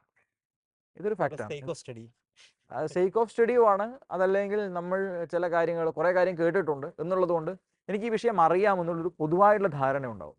സോ അതുകൊണ്ട് തന്നെ ഒരു ക്വസ്റ്റ്യൻ ചോദിച്ചു കഴിഞ്ഞാൽ വളരെ ജനറലായിട്ട് എന്തെങ്കിലുമൊക്കെ എഴുതി വെക്കുന്ന ഒരു സാഹചര്യവും നമ്മൾക്കിടയിലുണ്ടാവും. ഒരു ക്വസ്റ്റ്യൻ ചോദിച്ചു, നമ്മൾ ഒരു കാര്യം ചോദിച്ചു കഴിഞ്ഞാൽ, ഇപ്പോൾ നമ്മളൊരു എക്സാമിനേഷൻ ഒരു ക്ലോത്ത് ഉത്തരം എഴുതുന്നു, നമ്മൾ ആദ്യം എന്ത് ചെയ്യണം? ക്വസ്റ്റ്യൻ വായിക്കണം. നമ്മുടെ മുമ്പിൽ ഒരു ക്വസ്റ്റ്യൻ ഉണ്ട്, ആ ക്വസ്റ്റ്യൻ അണ്ടർസ്റ്റാൻഡ് ചെയ്യുക എന്നുള്ളതാണ് ആദ്യത്തെ കാര്യം. പക്ഷേ നമ്മുടെ മുമ്പിൽ ടൈം കൺസ്ട്രെയിൻസ് ഉണ്ട്. സോ ക്വസ്റ്റ്യൻ പോലും വായിച്ചു നോക്കാണ്ട് നമ്മൾ ഉത്തരം എഴുതുന്നു എന്ന് വന്നു കഴിഞ്ഞാൽ എന്ത് സംഭവിക്കും? You are not answering to the question. അപ്പോൾ ക്വസ്റ്റ്യൻ മനസ്സിലാക്കുക എന്ന് പറയുന്ന ഒരു ഭാഗം അവിടെ ഉണ്ട്. അപ്പോൾ ക്വസ്റ്റ്യൻ മനസ്സിലാക്കി കഴിഞ്ഞാൽ ആ ക്വസ്റ്റ്യനിൽ തന്നെ ചിലപ്പോൾ എല്ലാ കാര്യം മനസ്സിലായിട്ടില്ലെങ്കിൽ ചിലപ്പോൾ കീവേഡ്സുകളായിരിക്കും നമുക്ക് മനസ്സിലാവും. അപ്പോൾ ഒന്നും ഇല്ലെങ്കിൽ നമ്മൾ അത് വെച്ചിട്ടായിരിക്കും ഉത്തരം എഴുതുന്നത്. സോ നമ്മൾ അതിൻ്റെ നിയറസ്റ്റ് ആയിട്ട് എവിടെയാണ് ഉത്തരം എഴുതുന്നത്, നോട്ട് ടു ദ പോയിന്റ് എന്ന രീതി വരും. സോ ക്വസ്റ്റ്യൻ കൃത്യമായിട്ട് മനസ്സിലാക്കുക. അപ്പോൾ ഞാൻ ആൻസർ ചെയ്യുന്ന സമയത്ത്, ഇവാലുവേറ്റ് ചെയ്യുന്ന സമയത്ത്, മോക്ക് ടെസ്റ്റുകൾക്ക് ഡിസ്കഷൻ നടക്കുന്ന സമയത്ത് എൻ്റെ ആൻസർ ടു ദ ക്വസ്റ്റ്യൻ ആയിരുന്നു. ഇത് വളരെ സിഗ്നിഫിക്കൻ്റ് ആണ്. സോ അതിന് വേണ്ടി നമുക്ക് ചെയ്യാൻ പറ്റുന്നത് എന്താണ്? ഇപ്പോൾ നമ്മളൊരു മോക്ക് ടെസ്റ്റ് എഴുതുന്നു. അപ്പോൾ നിങ്ങളൊരു മോക്ക് ടെസ്റ്റ് എഴുതുന്ന സമയത്ത് നമ്മളിപ്പോൾ ഒരു കാൻഡിഡേറ്റിൻ്റെ പെർസ്പെക്റ്റീവിൽ എഴുതുന്നതിൻ്റെ ഒപ്പം തന്നെ ഒരു ഇവാലുവേറ്ററുടെ പെർസ്പെക്റ്റീവിൽ ആലോചിക്കുക. ഒരു ഇവാലുവേറ്റർ പെർസ്പെക്റ്റീവ് ആലോചിക്കുന്നത് എങ്ങനെയാണ്?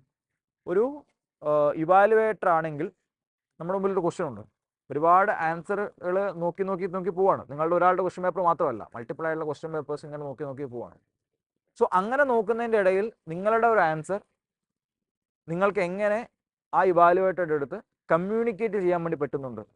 അപ്പോൾ അതിന് വേണ്ടിയിട്ട് നിങ്ങളുടെ ആൻസേഴ്സിൽ നല്ല കണ്ടന്റ് ഉണ്ടോ, നല്ല ഫാക്ട്സ് ഉണ്ടോ, ആൻസേഴ്സിനെ വളരെ നല്ല രീതിയിൽ എക്സ്പ്ലെയിൻ ചെയ്ത് കൊടുക്കാൻ പറ്റുന്ന ഫിഗേഴ്സ് ഉണ്ടോ, റെലവൻ്റ് ആയിട്ടുള്ള ഇതുണ്ടോ, അപ്പോൾ ഏതെങ്കിലും ചാർട്ടോ കാര്യങ്ങളോ നിങ്ങൾക്ക് ഇൻകോർപ്പറേറ്റ് ചെയ്യാൻ വേണ്ടി പറ്റുന്നുണ്ടോ, ഇല്ലസ്ട്രേഷൻസും എക്സാമ്പിൾസും നിങ്ങൾക്ക് ഉപയോഗിക്കാൻ വേണ്ടി കഴിയുന്നുണ്ടോ, മറ്റേ ആൾക്കാരുടെ ആൻസറുകളിൽ നിന്നും നിങ്ങളുടെ ആൻസറിനെ, നിങ്ങൾ ഒരുപാട് ആൻസേഴ്സ് വായിക്കുന്നു, പെട്ടെന്ന് ഒരു ആൻസറിനെ ഡിഫറൻഷ്യേറ്റ് ചെയ്യുന്ന എന്തെങ്കിലും ഒരു എലിമെൻറ്റ് നിങ്ങൾക്ക് കൊണ്ടുവരാൻ വേണ്ടി കഴിഞ്ഞിട്ടുണ്ടോ? അപ്പോൾ ഈ രീതികളിൽ നമ്മൾക്ക് മാർക്കിൻ്റെ ഭാഗത്തിൽ എവിടെയെങ്കിലും കുറവ് വന്നിട്ടുണ്ടെങ്കിൽ ഇതിലേതെങ്കിലും ഒരു ആസ്പെക്ട് എനിക്ക് കൂടുതലായിട്ട് ചെയ്യാൻ വേണ്ടി കഴിയുമോ എന്നുള്ളതിനെ പറ്റി നമുക്ക് ആലോചിക്കാം. ഇനി അതല്ല, ഞാൻ കഴിഞ്ഞ തവണ പ്രിപ്പയർ ചെയ്തത് ഓക്കെയാണ്, ഈ വർഷം മറ്റ് ഫാക്ടേഴ്സ് കൊണ്ടാണ് പറഞ്ഞിട്ടുണ്ടെങ്കിൽ just go head with that. So എപ്പോഴും പക്ഷേ ഒരു സെൽഫ് ഇവാലുവേഷൻ നമ്മുടെ കയ്യിൽ ഉണ്ടാവാം. ആ സെൽഫ് ഇവാലുവേഷൻ എന്ന് പറഞ്ഞു കഴിഞ്ഞാൽ നമ്മുടെ ക്രിറ്റിസിസത്തിന് ഓപ്പൺ ആയിരിക്കണം. സോ ഒരു ഇവാലുവേഷൻ എന്ന് പറഞ്ഞിട്ട് നമുക്ക് കിട്ടുന്ന ഫീഡ്ബാക്കുകൾ അതെല്ലാം ആക്ച്വൽ ഫീഡ്ബാക്കുകൾ ആവണമെന്നുമില്ല. ഇപ്പോൾ അതാണ് ഞാൻ നേരത്തെ പറഞ്ഞത്, നമ്മൾക്ക് നമ്മുടേതായ ഒരു പ്രിപ്പറേഷൻ സ്റ്റൈലുണ്ട്, അതിൽ നമ്മൾ കോൺഫിഡൻ്റ് ആയിരിക്കുക എന്നുള്ളതാണ് പ്രധാനം. പക്ഷേ അതിൽ കുറവുകൾ ഉണ്ടെങ്കിൽ അത് തിരിച്ചറിഞ്ഞുകൊണ്ട് റെക്ടിഫൈ ചെയ്തുകൊണ്ട് മുന്നോട്ട് പോകാനും നമുക്ക് കഴിയണം. സോ ഇത് രണ്ടും കൂടെ കമ്പൈൻ ചെയ്തുകൊണ്ടെടുത്താണ് നമ്മളൊരു ഫെയിലിയറിനെ അനാലിസിസ് ചെയ്യുന്നത്. സോ എന്തുകൊണ്ട് ഫെയിലിയർ ആയി, അതുകൊണ്ടാണ് പറയുന്നത് ഫെയിലിയർ എന്ന് പറയുന്നത് തെറ്റല്ല. പക്ഷേ ഒരേ കാര്യത്തിനാണ് നിങ്ങൾ ഫെയിലിയർ ആവുന്നതെങ്കിൽ, ഒരേ ആസ്പെക്റ്റിൽ തന്നെയാണ് നിങ്ങൾ വീണ്ടും വീഴുന്നതെങ്കിൽ അവിടെ ഒരു കുഴപ്പമുണ്ട്. ഇപ്പോൾ നമ്മൾ പ്രിലിംസ് ഒരു വർഷം നമ്മൾ കറണ്ട് അഫയേഴ്സ് പ്രിപ്പറേഷൻ ഇമ്പോർട്ടൻസ് കൊടുത്തില്ല, കറണ്ട് അഫയേഴ്സ് കൂടുതൽ വന്നു. നെക്സ്റ്റ് ഇയർ നമ്മൾ കറണ്ട് അഫയേഴ്സ് ഇമ്പോർട്ടൻസ് കൊടുത്തില്ല എന്ന് പറഞ്ഞു കഴിഞ്ഞാൽ, അല്ലെങ്കിൽ ചില സമയത്ത് നമ്മൾ മോക്ക് ടെസ്റ്റുകൾ ഇപ്രാവശ്യം എഴുതിയത് കുറവാണ്. സോ ഒബ്വിയസ്ലി നമ്മൾ നെക്സ്റ്റ് വർഷം എഴുതുന്ന സമയത്ത് മോക്ക് ടെസ്റ്റുകൾ കൂടുതലായിട്ട് ചെയ്യും. അപ്പോൾ ആ രീതികളിൽ നമ്മൾക്ക് വരുത്തേണ്ട കറക്ഷൻസ് ഐഡൻറ്റിഫിക്കേഷൻ ഉണ്ടെങ്കിൽ നോ എക്സ്ക്യൂസ്, നമ്മളത് ചെയ്തിട്ടില്ലാത്തുള്ളതിന് അടുത്ത വർഷം ചെയ്തിട്ടില്ല, വീണ്ടും അതേ സ്ഥലത്ത് തന്നെയാണ് നമുക്ക് വീണ്ടും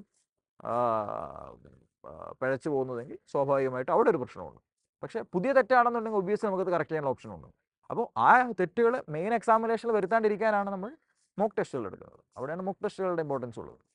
ആക്ച്വലി അക്കാഡമിക്കലി അത്യാവശ്യം ഇൻട്രസ്റ്റ് ആയിട്ടുള്ള ഒരു ഏരിയ ആയിരുന്നു അത്. സർ, അക്കാഡമിക്സ് ജസ്റ്റ് ഒന്ന് അസൈഡ് ചെയ്ത് കഴിഞ്ഞാൽ ബേസിക് ആസ്പിറേഷൻസിൽ വരികയാണ്. ആസ്പിറൻസ് പല കാരണങ്ങൾ കൊണ്ട് സിവിൽ സർവീസ് ആസ്പയർ ചെയ്യാം.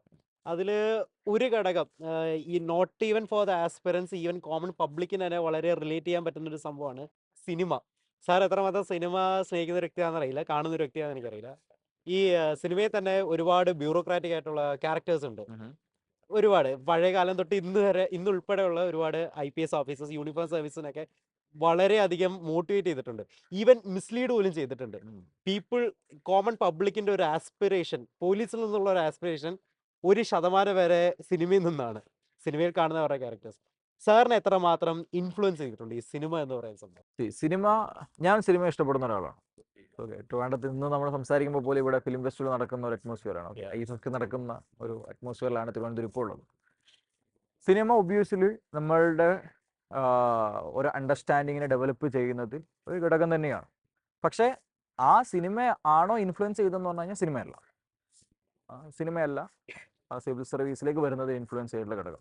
കാരണം സിനിമ എന്ന് പറയുന്നത് അതിൽ എക്സാജറേറ്റ് ആയിട്ടുള്ള കാര്യങ്ങളുണ്ടാകും, അങ്ങനെ പല എലിമെൻസും ഉണ്ടാകും. അപ്പോൾ സിനിമയാണ് റിയാലിറ്റി എന്ന് വിചാരിക്കുന്നിടത്ത് നമുക്ക് പലപ്പോഴും സക്സസ്ഫുൾ ആവാൻ വേണ്ടി പറ്റണമെന്നില്ല. സക്സസ്ഫുൾ ഇൻ ദ സെൻസ് ആ കാര്യത്തെ അണ്ടർസ്റ്റാൻഡ് ചെയ്യുന്നതിൽ പോലും നമുക്ക് ഫെയിലിയറിങ് ഉണ്ടാവാം. സോ സിനിമ എൻ്റെ കാര്യത്തിൽ സിനിമയല്ല എന്നെ സിവിൽ സർവീസിലേക്ക്, എക്സാമിനേഷനിലേക്ക് അല്ലെങ്കിൽ എക്സാം പ്രിപ്പയർ ചെയ്യുന്നതിലേക്ക് പ്രേരിപ്പിച്ച ഒരു ഘടകം. സോ ഒബ്വിയസ്ലി നമ്മൾ ഇനീഷ്യലി ഉണ്ടായിരുന്ന സമയത്ത് ചില കാര്യങ്ങൾ മനസ്സിലാക്കുന്നതിന് വേണ്ടിയിട്ടോ അല്ലെങ്കിൽ അതിനെ പോപ്പുലറൈസ് ചെയ്യുന്നതിന് വേണ്ടിയിട്ടോ സിനിമ ഒരുപാട് സഹായം ചെയ്തിട്ടുണ്ട്, ഒരുപാട് കാര്യങ്ങൾ സിനിമ ചെയ്തിട്ടുണ്ട്. പക്ഷെ അങ്ങനെ നോക്കുന്ന സമയത്തും നമ്മൾ റിയാലിറ്റി നോക്കുന്ന സമയത്ത് കുറേ സിനിമകളുണ്ട്, റിയാലിറ്റി വളരെ കൃത്യമായിട്ട് കാണിക്കുന്ന സിനിമകളുണ്ട്. എന്നാൽ അതേ സമയത്ത് വളരെയധികം മിസ്ലീഡിങ് ആയിട്ടുള്ള സിനിമകളും ഉണ്ട്. ഇത് രണ്ടും ഫാക്റ്റാണ്. സർ, എഴുതണ 99% ആൾക്കാരും തോൽക്കണ ഒരു എക്സാം. പലരും 5ഉം 6ഉം അറ്റംപ്റ്റ്സ് ഒക്കെ പോവാറുണ്ട്. പിന്നീട് തിരിച്ചു കിട്ടാതെ വരുന്ന സമയത്ത് അവർ ഒരു കാരിയർ ഓപ്ഷൻ ഉണ്ടാവാറില്ല. സോ ഒരു പ്ലാൻ ബിയുടെ ആവശ്യം എത്രത്തോളം ഉണ്ട്? ഒരു പ്ലാൻ ബി വേണ്ടുന്നത് എപ്പോഴാണ്? ഫെയിൽ ആവുന്ന ടൈമിൽ. പ്ലാൻ എ ഇല്ലാത്തപ്പോഴാണോ, അതല്ല പ്ലാൻ എയും പ്ലാൻ ബിയും ഒന്നിച്ച് വെക്കാൻ പറ്റുന്നതാണോ? ഒന്നിച്ചു കൊണ്ടുപോകുമ്പോൾ. സോ ഇതിന് നമ്മൾക്ക് ഇൻഡിവിജ്വലായിട്ട് ഉത്തരവുണ്ട്. സോ ഈ ചോദ്യം ചോദിക്കുമ്പോൾ തന്നെ നമുക്കറിയാം നമ്മൾ എന്തുകൊണ്ടൊരു പ്ലാൻ ബിയെ പറ്റി ആലോചിക്കണം എന്ന് പറഞ്ഞു കഴിഞ്ഞാൽ, എനിക്ക് പ്ലാൻ എയുമായി ബന്ധപ്പെട്ടിട്ട് ഇൻ കേസ് ഒരു ഫെയിലിയർ ഉണ്ടായി കഴിഞ്ഞാൽ, അല്ലെങ്കിൽ എനിക്ക് ആ ഭാഗം നടപ്പാക്കാൻ പറ്റിയില്ലെങ്കിൽ, this should be my way, plan B. So ഈ ഒരു കാര്യം ഉണ്ടാകുന്ന സമയത്ത് ഇതിനെ പല രീതിയിൽ ആൾക്കാർ ഡിസ്കസ് ചെയ്യാറുണ്ട്. സോ പ്ലാൻ എ, ഒരു പ്ലാൻ മാത്രമേ ഉള്ളൂ, സോ എന്ത് തന്നെയാണെങ്കിലും ഈ ഒരു പ്ലാനിൽ സ്റ്റിക്ക് ഓൺ ചെയ്തിട്ട് ഞാൻ മുന്നോട്ട് പോകണം. ഇതാണ് പ്ലാൻ എയുമായി ബന്ധപ്പെട്ട് നമ്മൾ സാധാരണഗതിയിൽ പറയാറുള്ളത്. പ്ലാൻ ബി വയ്ക്കുന്ന കുറേ ആൾക്കാരുടെ പ്ലാൻ ബി എന്നുള്ള കോൺഫിഡൻസ്, അതായത് പ്ലാൻ ബിയുടെ കോൺഫിഡൻസ് എനിക്ക് ഇവിടെ ഉണ്ടെങ്കിൽ എനിക്ക് പ്ലാൻ കൂടുതലായിട്ടും എക്സിക്യൂട്ട് ചെയ്യാൻ വേണ്ടി കഴിയും. ഒന്ന്, പ്ലാൻ എ മാത്രമേ എനിക്കുള്ളൂ, എനിക്ക് വേറെ വഴിയില്ല എന്നുള്ളത് കൊണ്ട് നമ്മൾ വളരെ ഡീപ്പായിട്ട് പ്രിപ്പറേഷനിലേക്ക് പോകുന്നു. പ്ലാൻ ബിയും കൂടെ കാണുന്നവർ പ്ലാൻ ബി എനിക്കുണ്ട്, സോ കുറച്ചും കൂടെ കംഫർട്ടബിൾ ആയിട്ട് കോൺഫിഡൻ്റ് ആയിട്ട് പ്ലാൻ എയുടെ പ്രിപ്പറേഷനിലേക്ക് പോകുന്നു. സോ ഇതിൽ ഏതാണോ നമ്മൾക്ക് സൂട്ടബിൾ എന്ന് പറയുന്നത് ഒരു ഇൻഡിവിജ്വലിസ്റ്റിക് ആയിട്ട് ആൻസർ ചെയ്യേണ്ട ഒരു ക്വസ്റ്റ്യൻ ആണ്. വളരെ ഇൻഡിവിജ്വലിസ്റ്റിക് ആയിട്ട് ആൻസർ ചെയ്യേണ്ട ക്വസ്റ്റ്യൻ ആണ്. കാരണം കോൺഫിഡൻസ് എന്ന് പറയുന്നത് വളരെ പ്രധാനപ്പെട്ട ഒരു ഘടകമാണ്. നമ്മൾ ഓരോരുത്തരും ഓരോ സോഷ്യൽ കണ്ടീഷൻസിൽ നിന്ന് വരുന്ന ആൾക്കാരാണ്, ഓരോ ജീവിത സാഹചര്യത്തിൽ നിന്ന് വരുന്ന ആൾക്കാരാണ്. സോ നമുക്ക് ഈ പ്രിപ്പറേഷൻ എന്ന് പറഞ്ഞു കഴിഞ്ഞാൽ ട്രിവാൻഡ്രത്ത് അല്ലെങ്കിൽ എവിടെയാണെങ്കിലും, ട്രിവാൻഡ്രത്ത് നിന്ന് മാത്രമല്ല എവിടെയാണെങ്കിലും ഇന്ന് പ്രിപ്പറേഷൻ എന്ന് പറഞ്ഞു കഴിഞ്ഞാൽ അതിലൊരു കോസ്റ്റ് അടങ്ങിയിട്ടുണ്ട്. നമ്മളിടുന്ന ടൈമുണ്ട്, അവിടെ നമ്മളവിടെ താമസിക്കുന്നതിന് വേണ്ടി എക്സ്പെൻസ് ഉണ്ട്, ഫുഡ് എക്സ്പെൻസ് ഉണ്ട്, കോച്ചിങ്ങിനുള്ള എക്സ്പെൻസ് ഉണ്ട്. അപ്പോൾ ഇതിലൊരു എക്സ്പെൻസ് അടങ്ങിയിട്ടുണ്ട്. സോ ആ എക്സ്പെൻസ് നമുക്ക് മീറ്റ് ചെയ്യാൻ വേണ്ടി പറ്റണം. അപ്പോൾ ആ എക്സ്പെൻസ് മീറ്റ് ചെയ്യാൻ വേണ്ടി പറ്റുമെന്ന് പറഞ്ഞു കഴിഞ്ഞാൽ എല്ലാ ആൾക്കാർക്കും ഒരേ സാഹചര്യം അല്ല ഉണ്ടാവുക. അപ്പോൾ ചിലപ്പോൾ നമ്മൾ വർക്ക് ചെയ്യേണ്ടതായിട്ട് വരും, നമ്മൾ പാർട്ട് ടൈം വർക്ക് ചെയ്യും. അപ്പോൾ അങ്ങനെ പല രീതികളുണ്ട്. അപ്പോൾ അതുകൊണ്ടാണ് ഈ എക്സാമിനേഷൻ്റെ ഭംഗി എന്ന് പറയുന്നത്, ഇങ്ങനെ ഏത് ഡയമെൻഷനിലുള്ള ആൾക്കാരാണെന്നുണ്ടെങ്കിലും ഈ എക്സാമിനേഷൻ റിസൾട്ടിൽ നമ്മൾ എല്ലാ വർഷവും അവരുടെ പേര് കാണാറുണ്ട്. അപ്പോൾ അത്രയും ഡൈനാമിക് ആയിട്ടും, അതായത് ഒരേ രീതിയിലുള്ള ആൾക്കാരല്ല നമ്മൾ കാണുന്നത്. വർക്കിംഗ് പ്രൊഫഷൻസ് നമ്മൾ റിസൾട്ടിൽ കാണാറുണ്ട്, പാർട്ട് ടൈം ജോലി ചെയ്ത ആൾക്കാർ നമ്മൾ പ്രൊഫഷണൽ, ഫുൾ ടൈം ഡെഡിക്കേറ്റഡ് ആയിട്ട് പഠിക്കുന്ന ആൾക്കാരെ നമ്മൾ കാണാറുണ്ട്. സോ ഇവിടെ ഇറസ്പെക്റ്റീവ് നിങ്ങൾ ഏത് രീതികളിൽ ചെയ്യുന്നു എന്നുള്ളതല്ല, നിങ്ങൾ ചെയ്യുന്നത് ഡെഡിക്കേറ്റഡ് ആയിട്ടും ഈ എക്സാമിനേഷൻ്റെ പെർസ്പെക്റ്റീവിൽ ഏറ്റവും പ്രധാനമായിട്ടും ചെയ്യുന്നുണ്ടെങ്കിൽ ആ രീതികൾ മുന്നോട്ട് പോകുക എന്നുള്ളത് തന്നെയാണ് പ്രധാനം. സോ പ്ലാൻ ബി നിങ്ങൾക്ക് കോൺഫിഡൻസ് നൽകുന്നതാണെന്നുണ്ടെങ്കിൽ ഡെഫിനറ്റ്ലി ഒരു പ്ലാൻ ബി ഉണ്ടാവുന്നതാണ് നല്ലത് എന്നുള്ളതാണ് എൻ്റെ ഒരു പേഴ്സണൽ ഒപ്പീനിയൻ. സോ ഞാൻ ട്രിവാൻഡ്രത്ത് പ്രിപ്പറേഷൻ ചെയ്യുന്ന സമയത്തും എനിക്ക് ടീച്ചിങ് വളരെ ഇഷ്ടമുള്ളൊരു വിഷയമാണ്. ടീച്ചിങ് എനിക്ക് വളരെ താല്പര്യമുള്ളൊരു വിഷയമാണ്. സോ ആ സമയത്തും ഇൻ ബിറ്റ്വീൻ നമ്മൾ കുറേ ഡിസ്കഷൻസിൽ പങ്കെടുക്കാറുണ്ട്, നമ്മൾക്ക് താല്പര്യമുള്ള വിഷയങ്ങളിൽ ക്ലാസ് എടുക്കാറുണ്ട്. സോ അങ്ങനെയുള്ള കാര്യങ്ങളൊക്കെ എനിക്ക് ബേസിക്കലി എൻ്റെ പ്രിപ്പറേഷൻ എയ്ഡ് ചെയ്ത ഘടകങ്ങളായിട്ടാണ് തോന്നിയിട്ടുള്ളത്. സോ അതേ സമയത്ത് തന്നെ കോളേജ് കഴിഞ്ഞ സമയത്ത് കിട്ടിയ ക്യാമ്പസ് സെലക്ഷൻസ് പ്രിപ്പറേഷന് വേണ്ടിയിട്ട് വേണ്ടാന്ന് വെച്ചിട്ടുണ്ട്. അപ്പോൾ അതൊരു കോൺഷ്യസ് ചോയ്സ് ആണ്. അപ്പോൾ നമ്മളുടെ സാഹചര്യം, ഓരോരുത്തരുടെ സാഹചര്യം വ്യത്യാസമാണ്.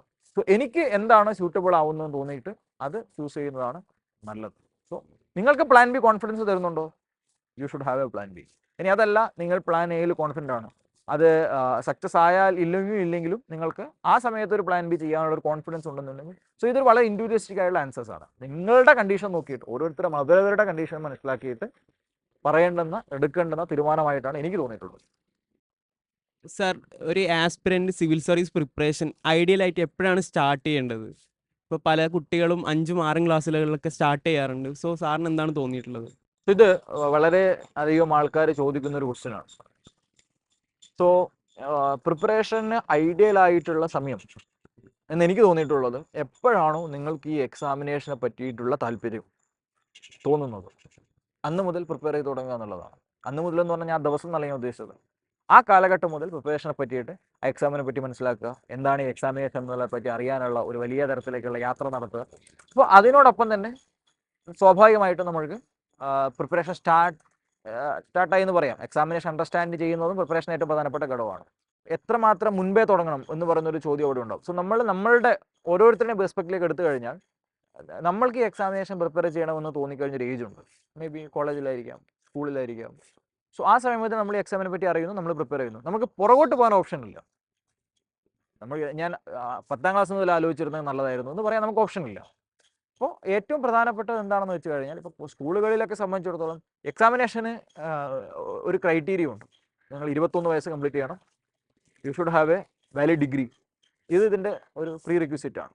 സോ അതിനു മുൻപ് നിങ്ങൾക്ക് ഈ എക്സാമിനേഷൻ മനസ്സിലാക്കുന്നതിന് വേണ്ടിയിട്ട് വളരെ നേരത്തെ പ്രിപ്പറേഷൻ തുടങ്ങിക്കഴിഞ്ഞാൽ അത് സ്വാഭാവികമായിട്ടും ഗുണം ചെയ്യും.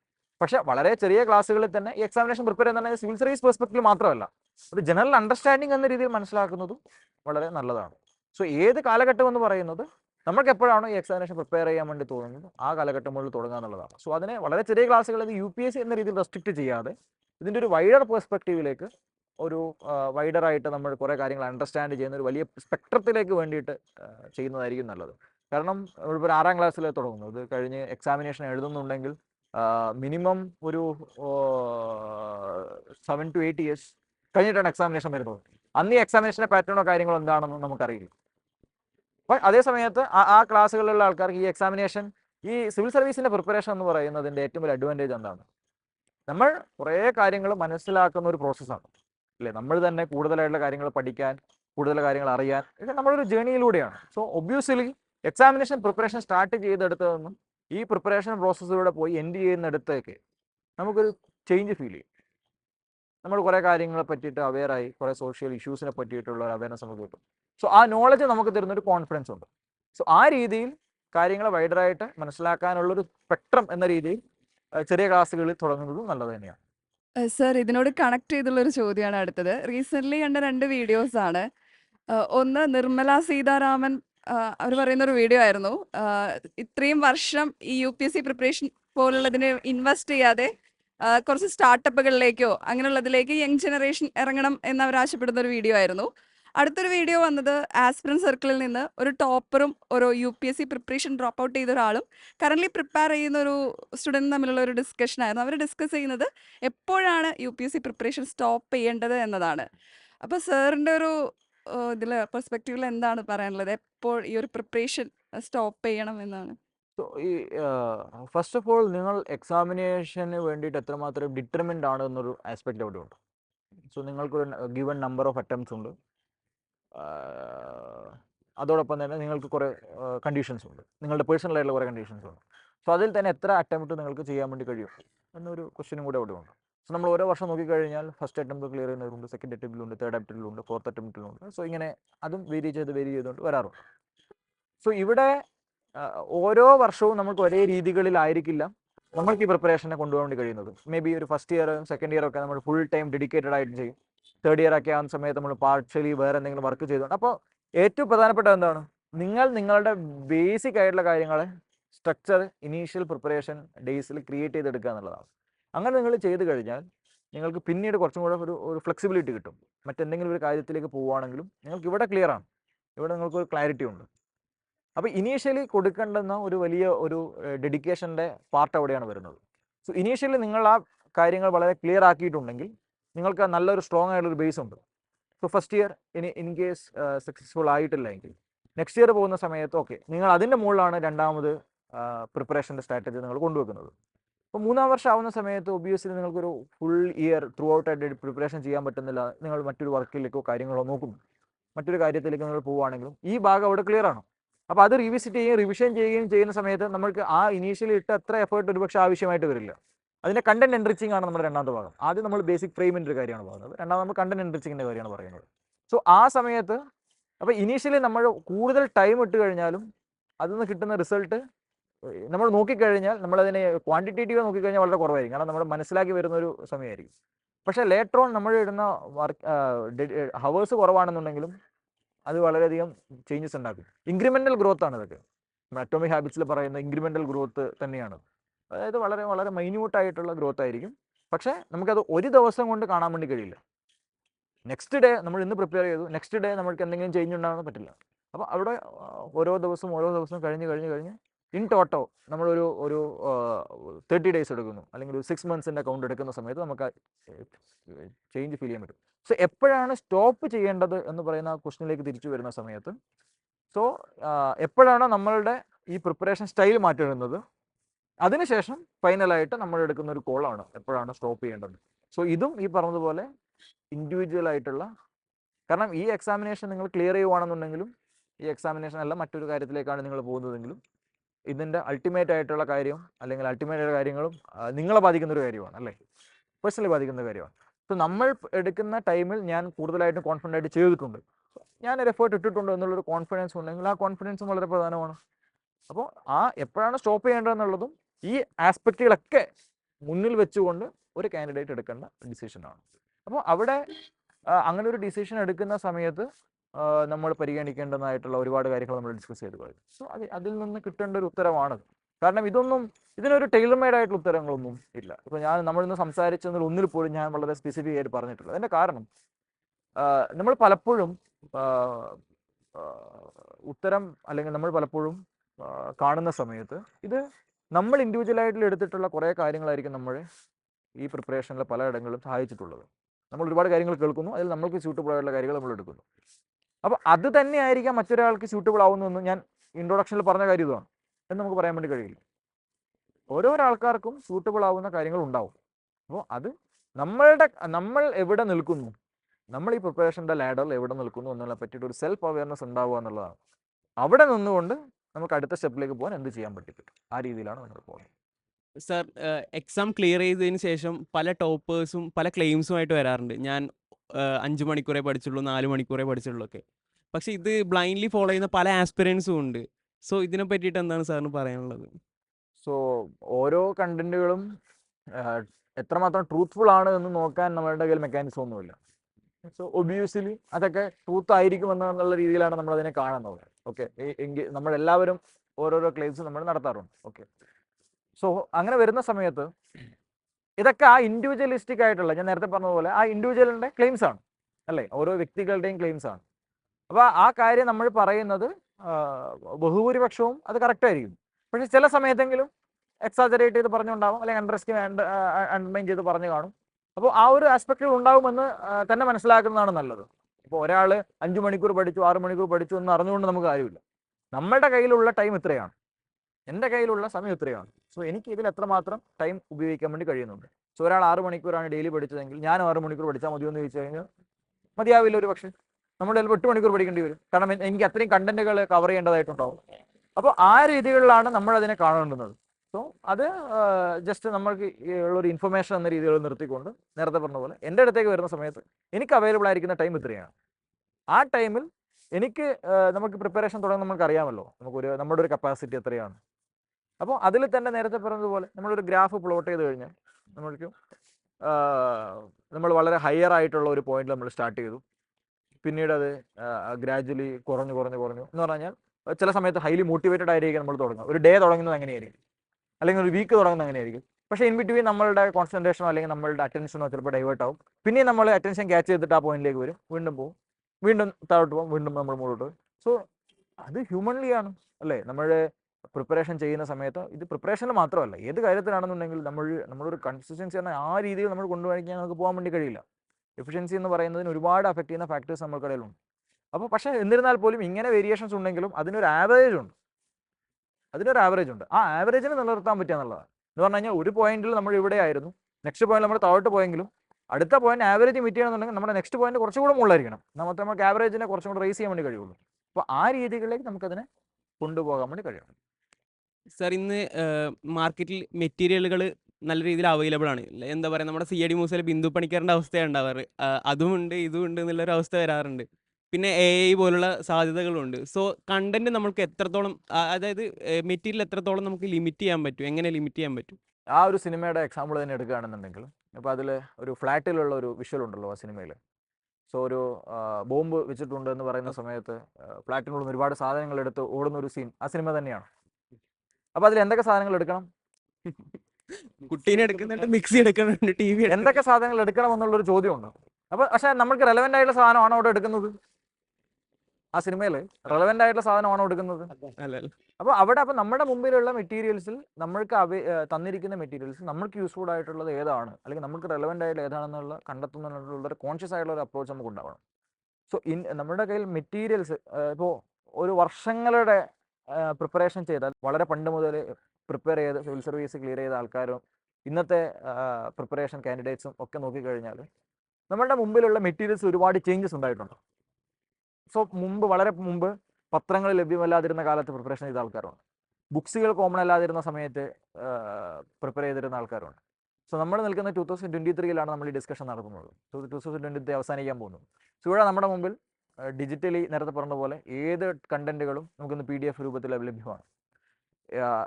എത്രയോ വീഡിയോസും ക്ലാസ്സുകളും ലഭ്യമാണ്. ഫ്രീ ആയിട്ടുള്ള മെറ്റീരിയൽസ് ലഭ്യമാണ്.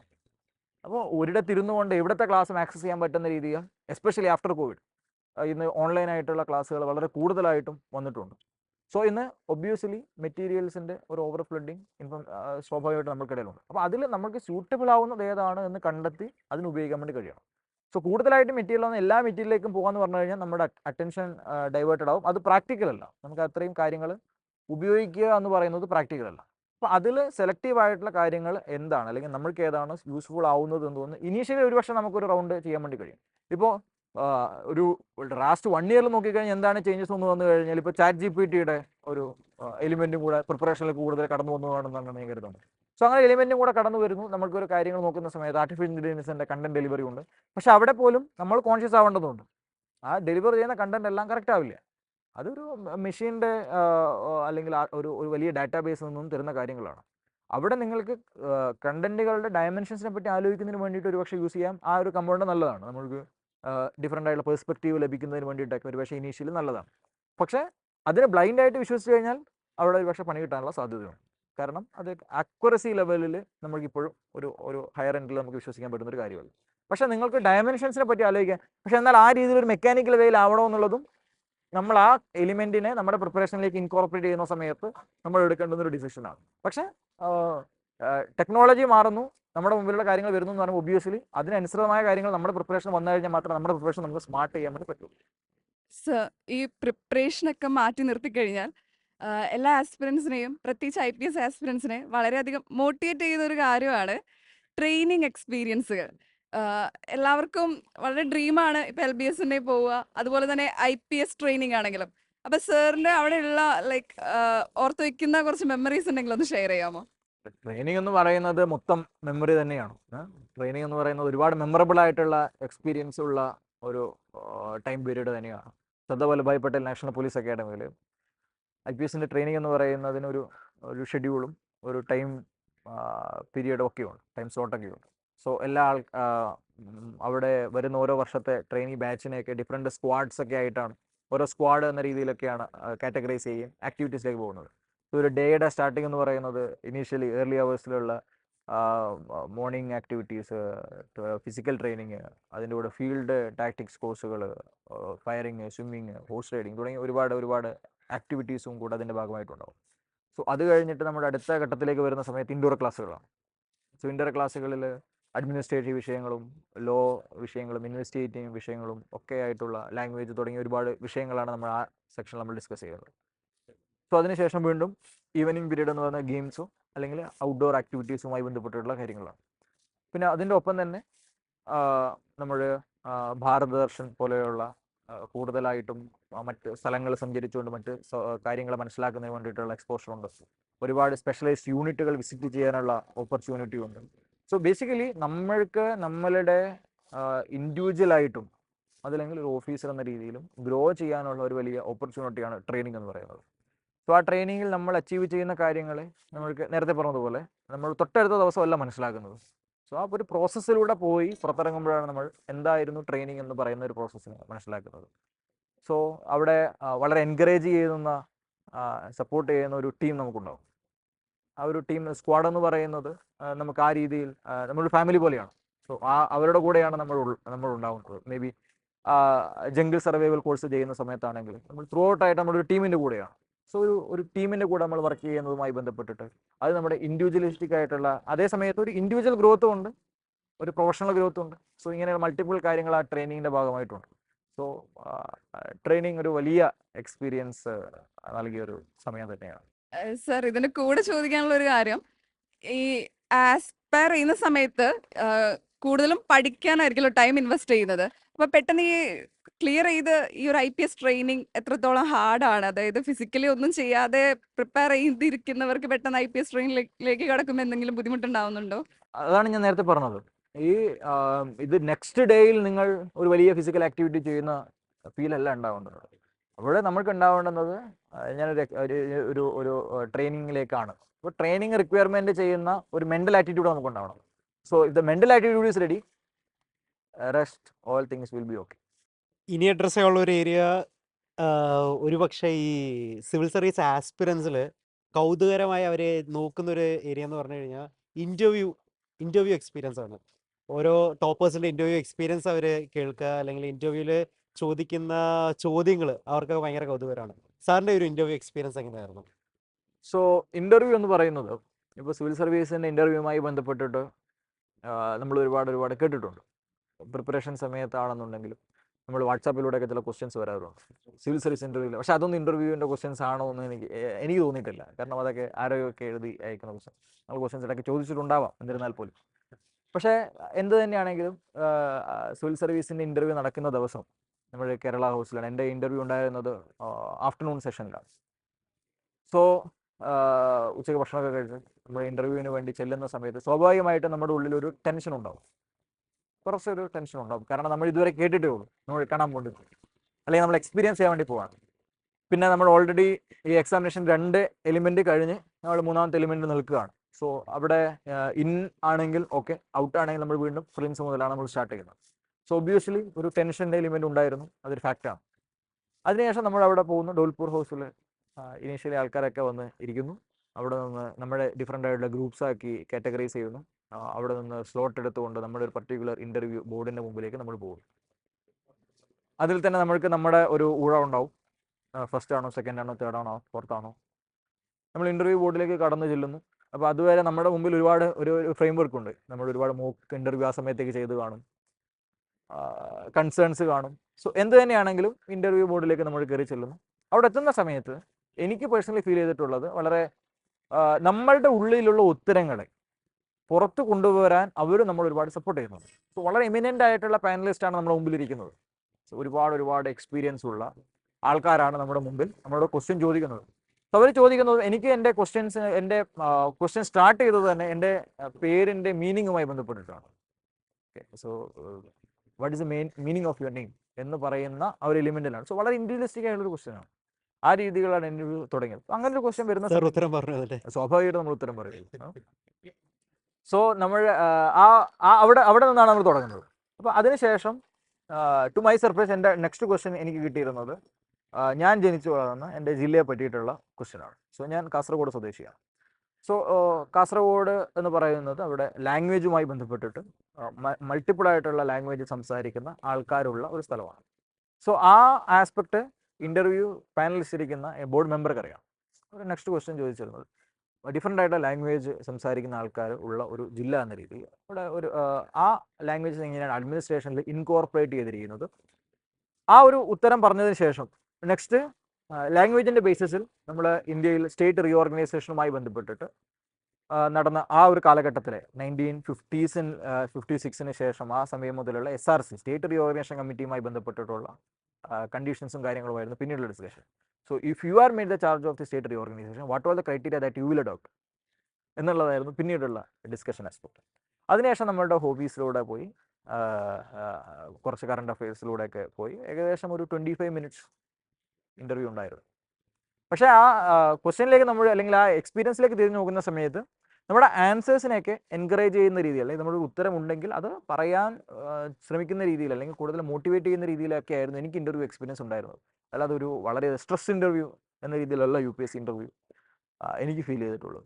സർ പല ആസ്പിറൻസും ഡാഫ് ഫില്ല് ചെയ്യണ സമയത്ത് ഹോബീസ് ഉണ്ടാക്കാൻ വേണ്ടിയിട്ട് സ്ട്രഗിൾ ചെയ്യുന്നത് കണ്ടിട്ടുണ്ട്. ഇപ്പോൾ സാറിനെ പറ്റി പറയുകയാണെങ്കിൽ സാർ ഒരു മെജീഷ്യനാണ്, ഒറേറ്ററാണ്, ആക്ടിങ് സ്കിൽസ് ഒക്കെ ഉണ്ടായിരുന്നു. സോ സാറിൻ്റെ ഈ ഹോബീസും കാര്യങ്ങളും സാറിൻ്റെ ഇൻ്റർവ്യൂ പ്രിപ്പറേഷനും അതുപോലെ തന്നെ സർവീസിനും എത്രത്തോളം ഹെൽപ്പ് ചെയ്തിട്ടുണ്ട്? നമ്മൾക്ക് എല്ലാ ആൾക്കാർക്കും ഹോബീസ് ഉണ്ട്, അതൊരു ഫാക്റ്റാണ്. നമ്മൾ അതിനെ റെക്കഗ്നൈസ് ചെയ്യുന്നുണ്ടോ എന്നുള്ളതാണ് ക്വസ്റ്റ്യൻ. റെക്കഗ്നൈസ് ചെയ്യുന്നുണ്ടോ എന്ന് പറഞ്ഞാൽ നമ്മൾ ഡെയിലി ചെയ്തു പോകുന്നുണ്ട്. സോ അതൊരു ഹോബിയായിട്ട് നമ്മൾ റെക്കഗ്നൈസ് ചെയ്യുന്നുണ്ടോ, ഇതാണ് ക്വസ്റ്റ്യൻ. സോ ഡാഫ് ഫില്ല് ചെയ്യുന്ന സമയത്ത് ട്രൂത്ത്ഫുൾ ആയിരിക്കുക എന്നുള്ളതാണ് അതിൻ്റെ പ്രധാനപ്പെട്ട ഘടകമെൻ്റെ ഒന്ന്. നമ്മൾ എഴുതാൻ വേണ്ടി എന്തെങ്കിലും എഴുതി കഴിഞ്ഞാൽ അത് മനസ്സിലാക്കാൻ വളരെ പെട്ടെന്ന് ഇൻ്റർവ്യൂവിൽ പറ്റും. സോ അതുകൊണ്ട് തന്നെ ട്രൂത്ത്ഫുൾ ആയിരിക്കുക എന്ന് പറയുന്ന എലിമെൻ്റ് ഏറ്റവും പ്രധാനപ്പെട്ട ഒരു ആസ്പെക്റ്റാണ്. സോ അങ്ങനെ ആവുന്ന സമയത്ത് അതുമായി ബന്ധപ്പെട്ട ക്വസ്റ്റ്യൻ ലഭിക്കുന്ന സമയത്ത് നമ്മൾക്ക് നന്നായിട്ട് ഉത്തരങ്ങൾ പറയാൻ വേണ്ടി കഴിയും. സോ ഇപ്പോൾ നേരത്തെ പറഞ്ഞൊരു പോയിന്റ് അല്ലേ, മാജിക് എനിക്ക് ഏറ്റവും ഇഷ്ടമുള്ള ഒരു ആർട്ട് ഫോമാണ്. സോ ചെറുപ്പകാലം മുതൽ തന്നെ വളരെ പാഷനേറ്റ് ആയിട്ട് അതിനെ കാണുകയും അതിനെ മനസ്സിലാക്കാനും വേണ്ടിയുള്ള ശ്രമം നടത്തുകയും ചെയ്ത ഒരാളെന്ന നിലയ്ക്ക് എനിക്ക് വളരെ ഇൻട്രസ്റ്റിംഗ് ആയിട്ടുള്ള ഒരു വിഷയമാണ് മാജിക് അന്നും ഇന്നും. സോ അത് എൻ്റെ ഡാഫിൽ ഒരു എലിമെൻ്റ് ആയിരുന്നു. ഒബ്വിയസ്ലി അതെനിക്ക് ക്വസ്റ്റ്യൻ ആയിരുന്നു. സോ അത് ജസ്റ്റ് മാജിക് എന്ന രീതിയിലല്ല, ബ്ലാക്ക് മാജിക് എന്ന രീതിയിൽ സൂപ്പർസ്റ്റിഷനുമായി ബന്ധപ്പെട്ടുള്ള ഒരു ക്വസ്റ്റ്യൻ ഉണ്ടായിരുന്നു. സോ അത് എങ്ങനെയാണ്, സോ ഒരു മാജിക് എന്ന രീതിയിൽ അതിനെ മനസ്സിലാക്കുന്ന സമയത്ത് അതിൻ്റെ ഒരു സയൻറ്റിഫിക് എലിമെൻ്റ് അതിൻ്റെ ഒരു ആർട്ട് ഫോം എന്ന രീതിയിൽ അംഗീകരിക്കുന്ന സമയത്ത് അത് ഏത് രീതികളിൽ നമുക്ക് ഉപയോഗിക്കാൻ വേണ്ടി കഴിയും. സോ അഡ്മിനിസ്ട്രേഷനിൽ ഇതുമായി ബന്ധപ്പെട്ട് എന്തെങ്കിലും ചെയ്യാൻ വേണ്ടി കഴിയുമോ, ഒരാളുടെ സ്കിൽ ഡെവലപ്മെൻറ്റുമായി ബന്ധപ്പെട്ടിട്ട് ഒരാളുടെ മെൻ്റൽ ചേഞ്ച്, മെൻ്റൽ കോൺസ്റ്റിറ്റ്യൂട്ട് ചെയ്യുന്ന സമയം, മെൻ്റൽ സ്ട്രക്ചർ കോൺസ്റ്റിറ്റ്യൂട്ട് ചെയ്യുന്നതിന് ഇത്തരത്തിലുള്ള ആർട്ട് ഫോംസിന് സാധ്യതയുണ്ടോ എന്ന രീതിയിലുള്ള ക്വസ്റ്റ്യൻസ് എനിക്ക് കിട്ടിയിരുന്നു. സോ അത് എനിക്ക് ഏറ്റവും ഇഷ്ടമുള്ള വിഷയമായതുകൊണ്ടും ഞാൻ പെർസ്യൂ ചെയ്ത വിഷയമായതുകൊണ്ടും എനിക്കതിൽ നല്ലൊരു ഉത്തരം പറയാൻ കഴിഞ്ഞു എന്നുള്ളതാണ് ഞാൻ മനസ്സിലാക്കുന്നത്. അപ്പോൾ അതുകൊണ്ട് ഡാഫ് ഫില്ല് ചെയ്യുന്ന സമയത്ത് നോട്ട് ജസ്റ്റ് ഹോബീസ്, ബാക്കിയുള്ള സ്ഥലങ്ങളിലൊക്കെ ആണെന്നുണ്ടെങ്കിലും നിങ്ങൾ അതിന് ഉത്തരം പറയേണ്ടി വരും. സോ അവിടെ ട്രൂത്ത്ഫുൾ ആയിരിക്കാം. നിങ്ങൾ കൃത്യമായിട്ട് നമ്മൾ അനലൈസ് ചെയ്ത് കഴിഞ്ഞാൽ നമ്മൾ ഈ പറഞ്ഞ സ്ഥലങ്ങളിൽ നമ്മൾക്ക് ആ ക്ലിയർ ആയിട്ട് ചെയ്ത കാര്യങ്ങളൊക്കെ ഉണ്ടാവും. അത് റെക്കഗ്നൈസ് ചെയ്ത് ഐഡന്റിഫൈ ചെയ്ത് ഡാഫിൽ ഫില്ല് ചെയ്യുക എന്നുള്ളതാണ് പ്രധാനം. Sir, extracurricular activities connect ചെയ്തുകൊണ്ടുള്ള ഒരു ചോദ്യമാണ്. ഫൗണ്ടേഷൻ കോഴ്സിൽ വരുന്ന എക്സ്ട്രാ കരിക്കുലർ മൊഡ്യൂളിന് നമുക്ക് ഓൾറെഡി ഇതുപോലുള്ള ആക്ടിവിറ്റീസിൽ ഓൾറെഡി പാർട്ടിസിപ്പേറ്റ് ചെയ്തിരിക്കുക അല്ലെങ്കിൽ അതിലുള്ള അറിവ് യൂസ്ഫുൾ ആവുന്നുണ്ടോ, ആ ഒരു കാര്യം ഒന്ന് പറയാമോ? ഈ എക്സ്ട്രാ കരിക്കുലർ ആക്ടിവിറ്റീസിന്റെ പർപ്പസ് എന്താണ്? എക്സ്ട്രാ കരിക്കുലർ ആക്ടിവിറ്റീസിന്റെ പർപ്പസ് എന്താണ്? എക്സ്ട്രാ കരിക്കുലർ ആയിട്ട് നമുക്ക് എക്സ്ട്രാ സോ അതായത് നമ്മൾ എക്സ്ട്രാ കരിക്കുലർ എന്ന് മാത്രമല്ല, ഹോബി എന്നുള്ളതിന്റെ ആസ്പെക്ട് എന്താണ് ശരിക്കും? അതായത് നമ്മൾ ഒരുപാട് കാര്യങ്ങൾ നമ്മൾ പ്രിപ്പറേഷൻ്റെ ആണെന്നുണ്ടെങ്കിൽ അതിന് ശേഷമാണെന്നുണ്ടെങ്കിൽ നമ്മൾ ഒരു കാര്യം മാത്രമല്ല ചെയ്യുന്നത്. നമുക്ക് ഇഷ്ടമുള്ള ഒരുപാട് കാര്യങ്ങളിലൂടെ നിൽക്കുമ്പോഴാണ് നമുക്കൊന്ന് ബാലൻസിൽ പോകാൻ വേണ്ടി കഴിയുന്നത് അല്ലേ. അപ്പോൾ ആ രീതികളിൽ നമ്മൾക്ക് പുതിയ സ്കിൽ ഡെവലപ്പ് ചെയ്യാൻ ഉള്ള ഒരു ഓപ്പർച്യൂണിറ്റിയാണ്. അപ്പോൾ ചില സമയത്ത് ഒരു പക്ഷേ ഇനീഷ്യലി ഒരു ക്ലാസ്സിൻ്റെ ആവശ്യമുണ്ടോ, അതായത് നമ്മളുടെ എക്സ്പീരിയൻസ് കൊണ്ട് ലേൺ ചെയ്യുന്നതും ഇനീഷ്യലി ഇപ്പോൾ ഏതെങ്കിലും ഒരു മ്യൂസിക്കൽ ഇൻസ്ട്രുമെൻറ്റ്സ് നമ്മൾ പഠിക്കണമെന്നുണ്ടെങ്കിൽ അവിടെ ഒരു ഇനീഷ്യലി ഒരു ക്ലാസ് കിട്ടിക്കഴിഞ്ഞാൽ അത് നല്ലതാണ്. അതിൽ ഇന്നത്തെ കാലഘട്ടത്തിൽ സ്വന്തമായിട്ട് പഠിക്കാനുള്ള ഓപ്ഷൻ ഉണ്ടെന്ന് പറഞ്ഞിരുന്നാൽ പോലും പക്ഷേ ഇനീഷ്യലി ഒരു ക്ലാസ് കിട്ടിക്കഴിഞ്ഞാൽ നല്ലതാണ്. അപ്പോൾ ആ രീതികളിൽ എല്ലാ ആൾക്കാർക്കും ഒരു എക്സ്ട്രാ കരിക്കുലർ അല്ലെങ്കിൽ ഹോബി ആയിട്ടുള്ള ഒരു കാര്യം ഉണ്ടാവണം. അതെന്തിനാണെന്ന് വെച്ച് കഴിഞ്ഞാൽ നമ്മൾ ചാർജ് ആവുന്ന ഒരു പോയിന്റാണ്. ഇതാണ് എൻ്റെ ഒരു പെർസ്പെക്റ്റീവ്. നമ്മൾ ഒന്ന് ചാർജ് ആവുന്ന ഒരു പോയിന്റാണത് അല്ലേ. ഇപ്പോൾ സിനിമ കാണുന്നുണ്ട്, സിനിമ കണ്ടു കഴിഞ്ഞാൽ ചാർജ് ആവുന്ന ആൾക്കാരില്ലേ. നമ്മളൊന്ന് വളരെയധികം ഒരു സിനിമ കാണും, ഓക്കെ. അതല്ലെങ്കിൽ ഒരു റൗണ്ട് ഓടിക്കഴിഞ്ഞാൽ ചാർജ് ആവുന്ന ആൾക്കാരുണ്ട്, ഒരു പാട്ട് കേട്ട് കഴിഞ്ഞാൽ ചാർജ് ആവുന്ന ആൾക്കാരുണ്ട്. അതല്ലെങ്കിൽ ഒരു ഇൻസ്ട്രുമെന്റ് പ്ലേ ചെയ്ത് കഴിഞ്ഞാൽ നമ്മൾ വീണ്ടും നമ്മുടെ എനർജിയിലേക്ക്, നമ്മുടെ ബാക്ക് ടു ആക്ഷൻ മോഡിലേക്ക് നമ്മൾ വരുന്ന ആൾക്കാരുണ്ട്. സോ ആ രീതികൾ നമുക്ക് എപ്പോഴും ഇത്തരത്തിലുള്ള ഒരു എലിമെന്റ് ഉണ്ടെന്നുണ്ടെങ്കിൽ ഫോട്ടോഗ്രാഫി നല്ല ഒരു പാഷനായിട്ട് നടക്കുന്ന ആൾക്കാരുണ്ട്. ഒരു ക്യാമറ എടുത്ത് ഒരു റൗണ്ട് കറങ്ങി കഴിഞ്ഞാൽ തന്നെ ചാർജ് ആവുന്ന ആൾക്കാരുണ്ട്. സോ ഈ രീതികളിൽ നമ്മൾക്ക് അങ്ങനെ ഒരു ആക്ടിവിറ്റി ഉണ്ടാവുന്ന സമയത്ത് നമ്മൾക്കൊന്ന് റുട്ടീനായിട്ടുള്ള കാര്യങ്ങളിൽ നിന്ന് മാറി നമ്മൾ വീണ്ടും ഒരു ആക്ടിവിറ്റി ഏർപ്പെടുന്നു. അതിന് ചിലപ്പോൾ നമ്മുടെ റെഗുലർ ആയിട്ടുള്ള ആക്ടിവിറ്റിയുടെ പാർട്ടായിരിക്കാം. അപ്പോൾ നമ്മൾക്ക് ഒരു സെൽഫ് ഗ്രോത്ത് കൂടെ അല്ലെങ്കിൽ ഒരു എൻ്റർടൈൻമെൻറ്റ് കൂടെ എലിമെൻറ്റ് വരുന്ന സമയത്ത് അത് പ്രിപ്പറേഷൻ നല്ലതാണ്, പോസ്റ്റ് പ്രിപ്പറേഷൻ നല്ലതാണ്. ത്രൂ ഔട്ട് റെസ്പെക്റ്റീവ് പ്രിപ്പറേഷൻ രീതിയിലല്ല, എല്ലാവരുടെ കയ്യിലും ഇതുപോലൊരു ഹോബീസ് ഉണ്ടാവുന്നത് നല്ലത് തന്നെയാണ്. പക്ഷേ പ്രിപ്പറേഷൻ തമ്മിൽ ഓഫ് കോഴ്സ് നിങ്ങൾ ഹോബീസ് എത്രമാത്രം ഇമ്പോർട്ടൻസ് കൊടുക്കണമെന്നുള്ളതൊക്കെ നിങ്ങളുടെ ടൈം അനുസരിച്ച് ചില സമയത്ത് നമ്മൾ മാറ്റി വെക്കുന്ന കാര്യങ്ങളുണ്ടാവും. പ്രിപ്പറേഷൻ ആണ് അവിടെ കൂടുതലായിട്ടും കൊടുക്കേണ്ടുന്നത്. ആ സമയത്ത് നമ്മൾ സാക്രിഫൈസ് ചെയ്യേണ്ട കുറച്ച് കാര്യങ്ങളുണ്ടാവും. ചിലപ്പോൾ സോഷ്യൽ മീഡിയ എന്നൊക്കെ മാറി നിൽക്കുന്നവരുണ്ടാവും, ഇല്ലാത്തവരുണ്ടാവും. അതെല്ലാം ഒരു ഇൻഡിവിജ്വലിസ്റ്റിക് ആയിട്ടുള്ള കാര്യമാണ്. നമ്മൾ ടൈം എവിടെയാണോ ഉപയോഗിക്കുന്നത്, നമ്മുടെ പ്രയോറിറ്റി ഏതാണോ, ഏതനുസരിച്ചിട്ടാണോ നമ്മൾ സമയത്തിനെ നിജപ്പെടുത്തേണ്ടുന്നത്, നമ്മുടെ പ്രിപ്പറേഷൻ എന്ത് രീതിയിലാണോ സമയം കൊടുക്കേണ്ടത്, ഇൻഡിവിജ്വലിസ്റ്റിക് ആയിട്ട് പറയേണ്ട ഒരു കാര്യമാണ്. സർ, പ്രിപ്പറേഷനെ പറ്റി തന്നെ ചോദിക്കുകയാണെങ്കിൽ അവിടെ വരുന്നൊരു കാര്യമാണ് ഓപ്ഷണൽ പ്രിപ്പറേഷൻ. സാറിൻ്റെ ഒരു മലയാളം ഓപ്ഷണൽ പ്രിപ്പറേഷൻ എങ്ങനെയായിരുന്നു? മലയാളം ഓപ്ഷൻ എടുത്ത കുട്ടികളുടെ അടുത്ത് സാറിന് എന്താണ് പറയാനുള്ളത്? സോ എൻ്റെ കേസിൽ സിവിൽ സർവീസിൻ്റെ പ്രിപ്പറേഷനിൽ എനിക്ക് ഒരു കൺഫ്യൂഷൻ ഇല്ലാത്തൊരു ഭാഗം എൻ്റെ ഓപ്ഷണൽ സെലക്ഷൻ ആയിരുന്നു എൻ്റെ കേസിൽ. കാരണം എനിക്ക് ഏറ്റവും ഇഷ്ടമുള്ളൊരു വിഷയങ്ങളൊന്നാണ് മലയാളം. സോ മലയാളം എടുക്കുന്നതുമായി ബന്ധപ്പെട്ടിട്ട് എനിക്ക് യാതൊരുവിധ കൺഫ്യൂഷൻ ഉണ്ടായിരുന്നില്ല. മലയാളമായിരിക്കും ഞാൻ ഓപ്ഷൻ എടുക്കുക എന്നുള്ളതിനെ പറ്റിയിട്ട് എനിക്കൊരു ക്ലാരിറ്റി ഉണ്ടായിരുന്നു.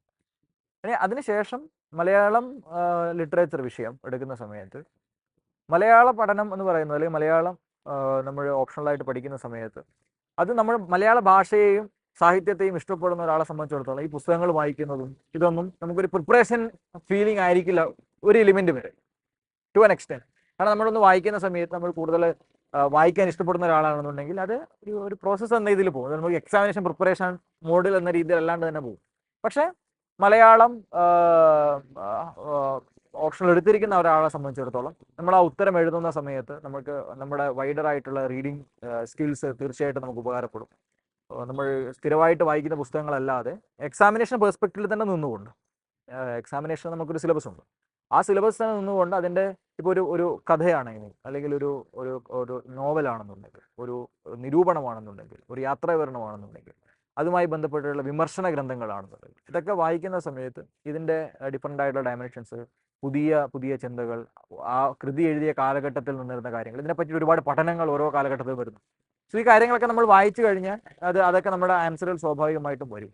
അപ്പോൾ മലയാളം എടുത്തിരിക്കുന്നവരെ സംബന്ധിച്ചിടത്തോളം അത് മലയാളം മാത്രമല്ല, ഏത് ഓപ്ഷനിലാണെന്നുണ്ടെങ്കിലും നമ്മുടെ ഇഷ്ടമാണ്, താല്പര്യമാണ് നമ്മൾ ഓപ്ഷൻ ചൂസ് ചെയ്യുന്നതിന് ഒരു പ്രധാനപ്പെട്ട ഘടകം. ഓഫ് കോഴ്സ് മെറ്റീരിയൽസിൻ്റെ ലഭ്യതയും ക്ലാസ്സുകളുടെ ലഭ്യതയും ഒരു ഘടകമാണെങ്കിൽ പോലും, കാരണം ബാക്കിയെല്ലാം നമ്മൾ കോമൺ ആയിട്ട് പഠിക്കുന്ന വിഷയങ്ങളാണ്. ഇവിടെയാണ് നിങ്ങൾക്കൊരു ഓപ്ഷണൽ ചോയ്സ് ഉള്ളത്. സോ അത് നിങ്ങൾ ബെസ്റ്റ് ആക്കുക എന്നുള്ളത് ഏറ്റവും പ്രധാനപ്പെട്ട ഒരു കാര്യമാണ്. സോ നിങ്ങൾ എന്തായാലും ഒരു ഓപ്ഷൻ ചൂസ് ചെയ്തിട്ടുണ്ട്. സോ ആ ഓപ്ഷന് വളരെ ഡെഡിക്കേറ്റഡ് ആയിട്ട്, കാരണം പല സമയങ്ങളിലും മാർക്ക് വൈസ് നോക്കുന്ന സമയത്ത് ഓപ്ഷൻ്റെ മാർക്ക് വളരെ പ്രധാനപ്പെട്ട ഒരു റോള് പ്ലേ ചെയ്ത് കാണാറുണ്ട് മെയിൻസിൻ്റെ പെർസ്പെക്റ്റീവ്. സോ അവിടെ കൂടുതലായിട്ടുള്ള എഫേർട്ട് സ്വാഭാവികമായിട്ട് ഇടാൻ വേണ്ടി കഴിയണം. സോ മലയാളം മാത്രമല്ല, ഏത് വിഷയമാണെന്നുണ്ടെങ്കിലും നിങ്ങൾ സെലക്ട് ചെയ്ത വിഷയമാണ്. സോ ആ വിഷയത്തോട് നീതി പുലർത്തുക എന്ന് പറയുന്നത് നമ്മൾ ചെയ്യേണ്ട കാര്യമാണ്. അപ്പോൾ നമ്മുടെ വീഡിയോ വൈൻഡപ്പ് ചെയ്യുന്നതിന് മുന്നേ ആയിട്ട് സാറിന് ആസ്പിറൻസിന് ഒരു എൻഡിങ് റിമാർക്സ് എന്തെങ്കിലും കൊടുക്കാനുണ്ടോ? പ്രിപ്പറേഷൻ നേരത്തെ പറഞ്ഞതുപോലെ ഈ സിവിൽ സർവീസിൻ്റെ പ്രിപ്പറേഷൻ സ്റ്റേജ് എന്ന് പറയുന്നത് വളരെ എൻജോയ് ചെയ്യാൻ പറ്റുന്ന ഒരു പ്രോസസ്സാണ്. എൻജോയ്മെൻറ്റ് എന്ന സെൻസ് എല്ലാ ആൾക്കാർക്കും ഒരേ രീതിയിൽ എൻജോയ് ചെയ്യാൻ പറ്റുമോ എന്നൊക്കെ ചോദിച്ചു കഴിഞ്ഞാൽ അതിൻ്റെ ഉത്തരം ഡിഫറൻ്റ് ആണ്. പക്ഷേ എൻജോയ് ചെയ്യാവുന്ന സെൻസ് നമ്മൾക്ക് ഏറ്റവും കൂടുതൽ ഈ പ്രിപ്പറേഷൻ്റെ സമയത്ത് ഉണ്ടാവേണ്ടുന്ന ഒരു പ്രധാനപ്പെട്ട കാര്യം, first one perseverance and consistency. രണ്ടാമത്തെ കാര്യം ഇൻ്റലക്ച്വൽ ക്യൂരിയോസിറ്റി. ഏത് കാര്യങ്ങൾ നമ്മുടെ മുമ്പിൽ വന്നു കഴിഞ്ഞാലും അതിനെപ്പറ്റി അറിയാനുള്ള ഒരു വലിയ താല്പര്യം നമുക്കുണ്ടാവണം. ഒരു കാര്യം വന്നു, അതിനെപ്പറ്റി മനസ്സിലാക്കാനുള്ള, അതിനെപ്പറ്റി അറിയാനുള്ള ഒരു ക്യൂരിയോസിറ്റി നമുക്ക് നിർബന്ധമായിട്ടും ഈ ത്രൂ ഔട്ട് എക്സാമിനേഷൻ പ്രോസസ്സിൽ ഉണ്ടാവണം. പക്ഷേ ഈ എക്സാമിനേഷൻ്റെ ഏറ്റവും പ്രധാനപ്പെട്ട ചലഞ്ച് എന്ന് പറയുന്നത് ഇതിൻ്റെ ടൈം ഫ്രെയിമാണ്. ഒരു എക്സാമിനേഷൻ്റെ പ്രിലിംസ് മുതൽ ഇൻ്റർവ്യൂ വരെയുള്ള ഘട്ടം തന്നെ നോക്കി കഴിഞ്ഞാൽ 1 വർഷമാണ്. ഒരു വൺ സ്റ്റേജിലുള്ള എക്സാമിനേഷൻ അല്ല. അപ്പോൾ ആ ഒരു സമയത്തിൻ്റെ ഉള്ളിൽ നിങ്ങൾക്ക് ഈ പ്രിപ്പറേഷൻ ആ ഒരു സീരിയസ്നെസ് നിലനിർത്താൻ വേണ്ടി കഴിയണം എന്ന് പറയുന്ന ഒരു പ്രധാനപ്പെട്ട ഘടകമാണ്.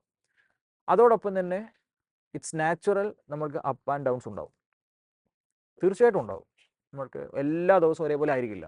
There will be some good days, there will be some bad days. ഇത് നോർമലാണ്. നമ്മൾക്ക് ചില സമയത്ത് വളരെയധികം ഹാപ്പി ആയിട്ടിരിക്കുന്ന അവസ്ഥയുണ്ടാവും, ചില സമയത്ത് നമ്മളും കുറച്ചൊന്ന് ഡൗൺ ആയിരിക്കുന്ന ദിവസങ്ങളുണ്ടാവും. That's also normal. പക്ഷേ ഇറസ്പെക്റ്റീവ് ഓഫ് ദാറ്റ്, നമ്മൾ നമ്മുടെ പ്രിപ്പറേഷൻ്റെ മോഡിലേക്ക് പോകുന്ന സമയത്ത് ആ ഒരു സീരിയസ്നെസ് നമുക്ക് ത്രൂ ഔട്ട് ഉണ്ടാക്കാൻ വേണ്ടി പറ്റുന്നുണ്ടോ എന്നുള്ളതാണ് ഏറ്റവും പ്രധാനപ്പെട്ട കാര്യം. സോ നമ്മളുടെ ആഗ്രഹം എത്രമാത്രം, നേരത്തെ നമ്മൾ പറഞ്ഞ പോലെ നമ്മൾ നിരന്തരമായിട്ട് പറയുന്ന ഒരു കാര്യമുണ്ട്, നിങ്ങളുടെ ആഗ്രഹം അതെത്രമാത്രം തീവ്രമാണോ, അപ്പോൾ ആ രീതികൾ സ്വാഭാവികമായിട്ട് നമുക്ക് ഇടാൻ പറ്റുന്ന എഫേർട്ട് വളരെ കൂടുതലായിരിക്കും. അപ്പോൾ ആ രീതികളിൽ ഈ എക്സാമിനേഷൻ്റെ പ്രോസസ്സിനെ തന്നെ എൻജോയ് ചെയ്യുക എന്നുള്ളതാണ് എനിക്ക് പറയാനുള്ളൊരു കാര്യം. ഈ പ്രോസസ്സിനെ എൻജോയ് ചെയ്യുക. എന്താണ് ഈ പ്രോസസ്സ് എന്ന് മനസ്സിലാക്കുക, ഈ പ്രോസസ്സിനെ എൻജോയ് ചെയ്യുക. സോ ആ പ്രോസസ്സിനെ എൻജോയ് ചെയ്ത് കഴിഞ്ഞിട്ട് സ്വാഭാവികമായിട്ടും നമ്മളുടെ ഡെസ്റ്റിനേഷൻ എന്ന് പറയുന്ന റിസൾട്ട് തന്നെയാണ്. അപ്പോൾ ആ റിസൾട്ടിലേക്ക് പോകുന്ന സമയത്ത് പ്രോസസ്സിനെയും കൂടെ ഏറ്റവും കൂടുതൽ എൻജോയ് ചെയ്യുക. So I wish all the very best. Thank you. So it was A very nice interaction. ഒരുപാട് കാര്യങ്ങൾ നമ്മൾ സംസാരിച്ചു അല്ലേ, ഒരുപാട് കാര്യങ്ങൾ നമ്മൾ ഡിസ്കസ് ചെയ്തു. So will wind up this here. Thank you sir, thank you so much.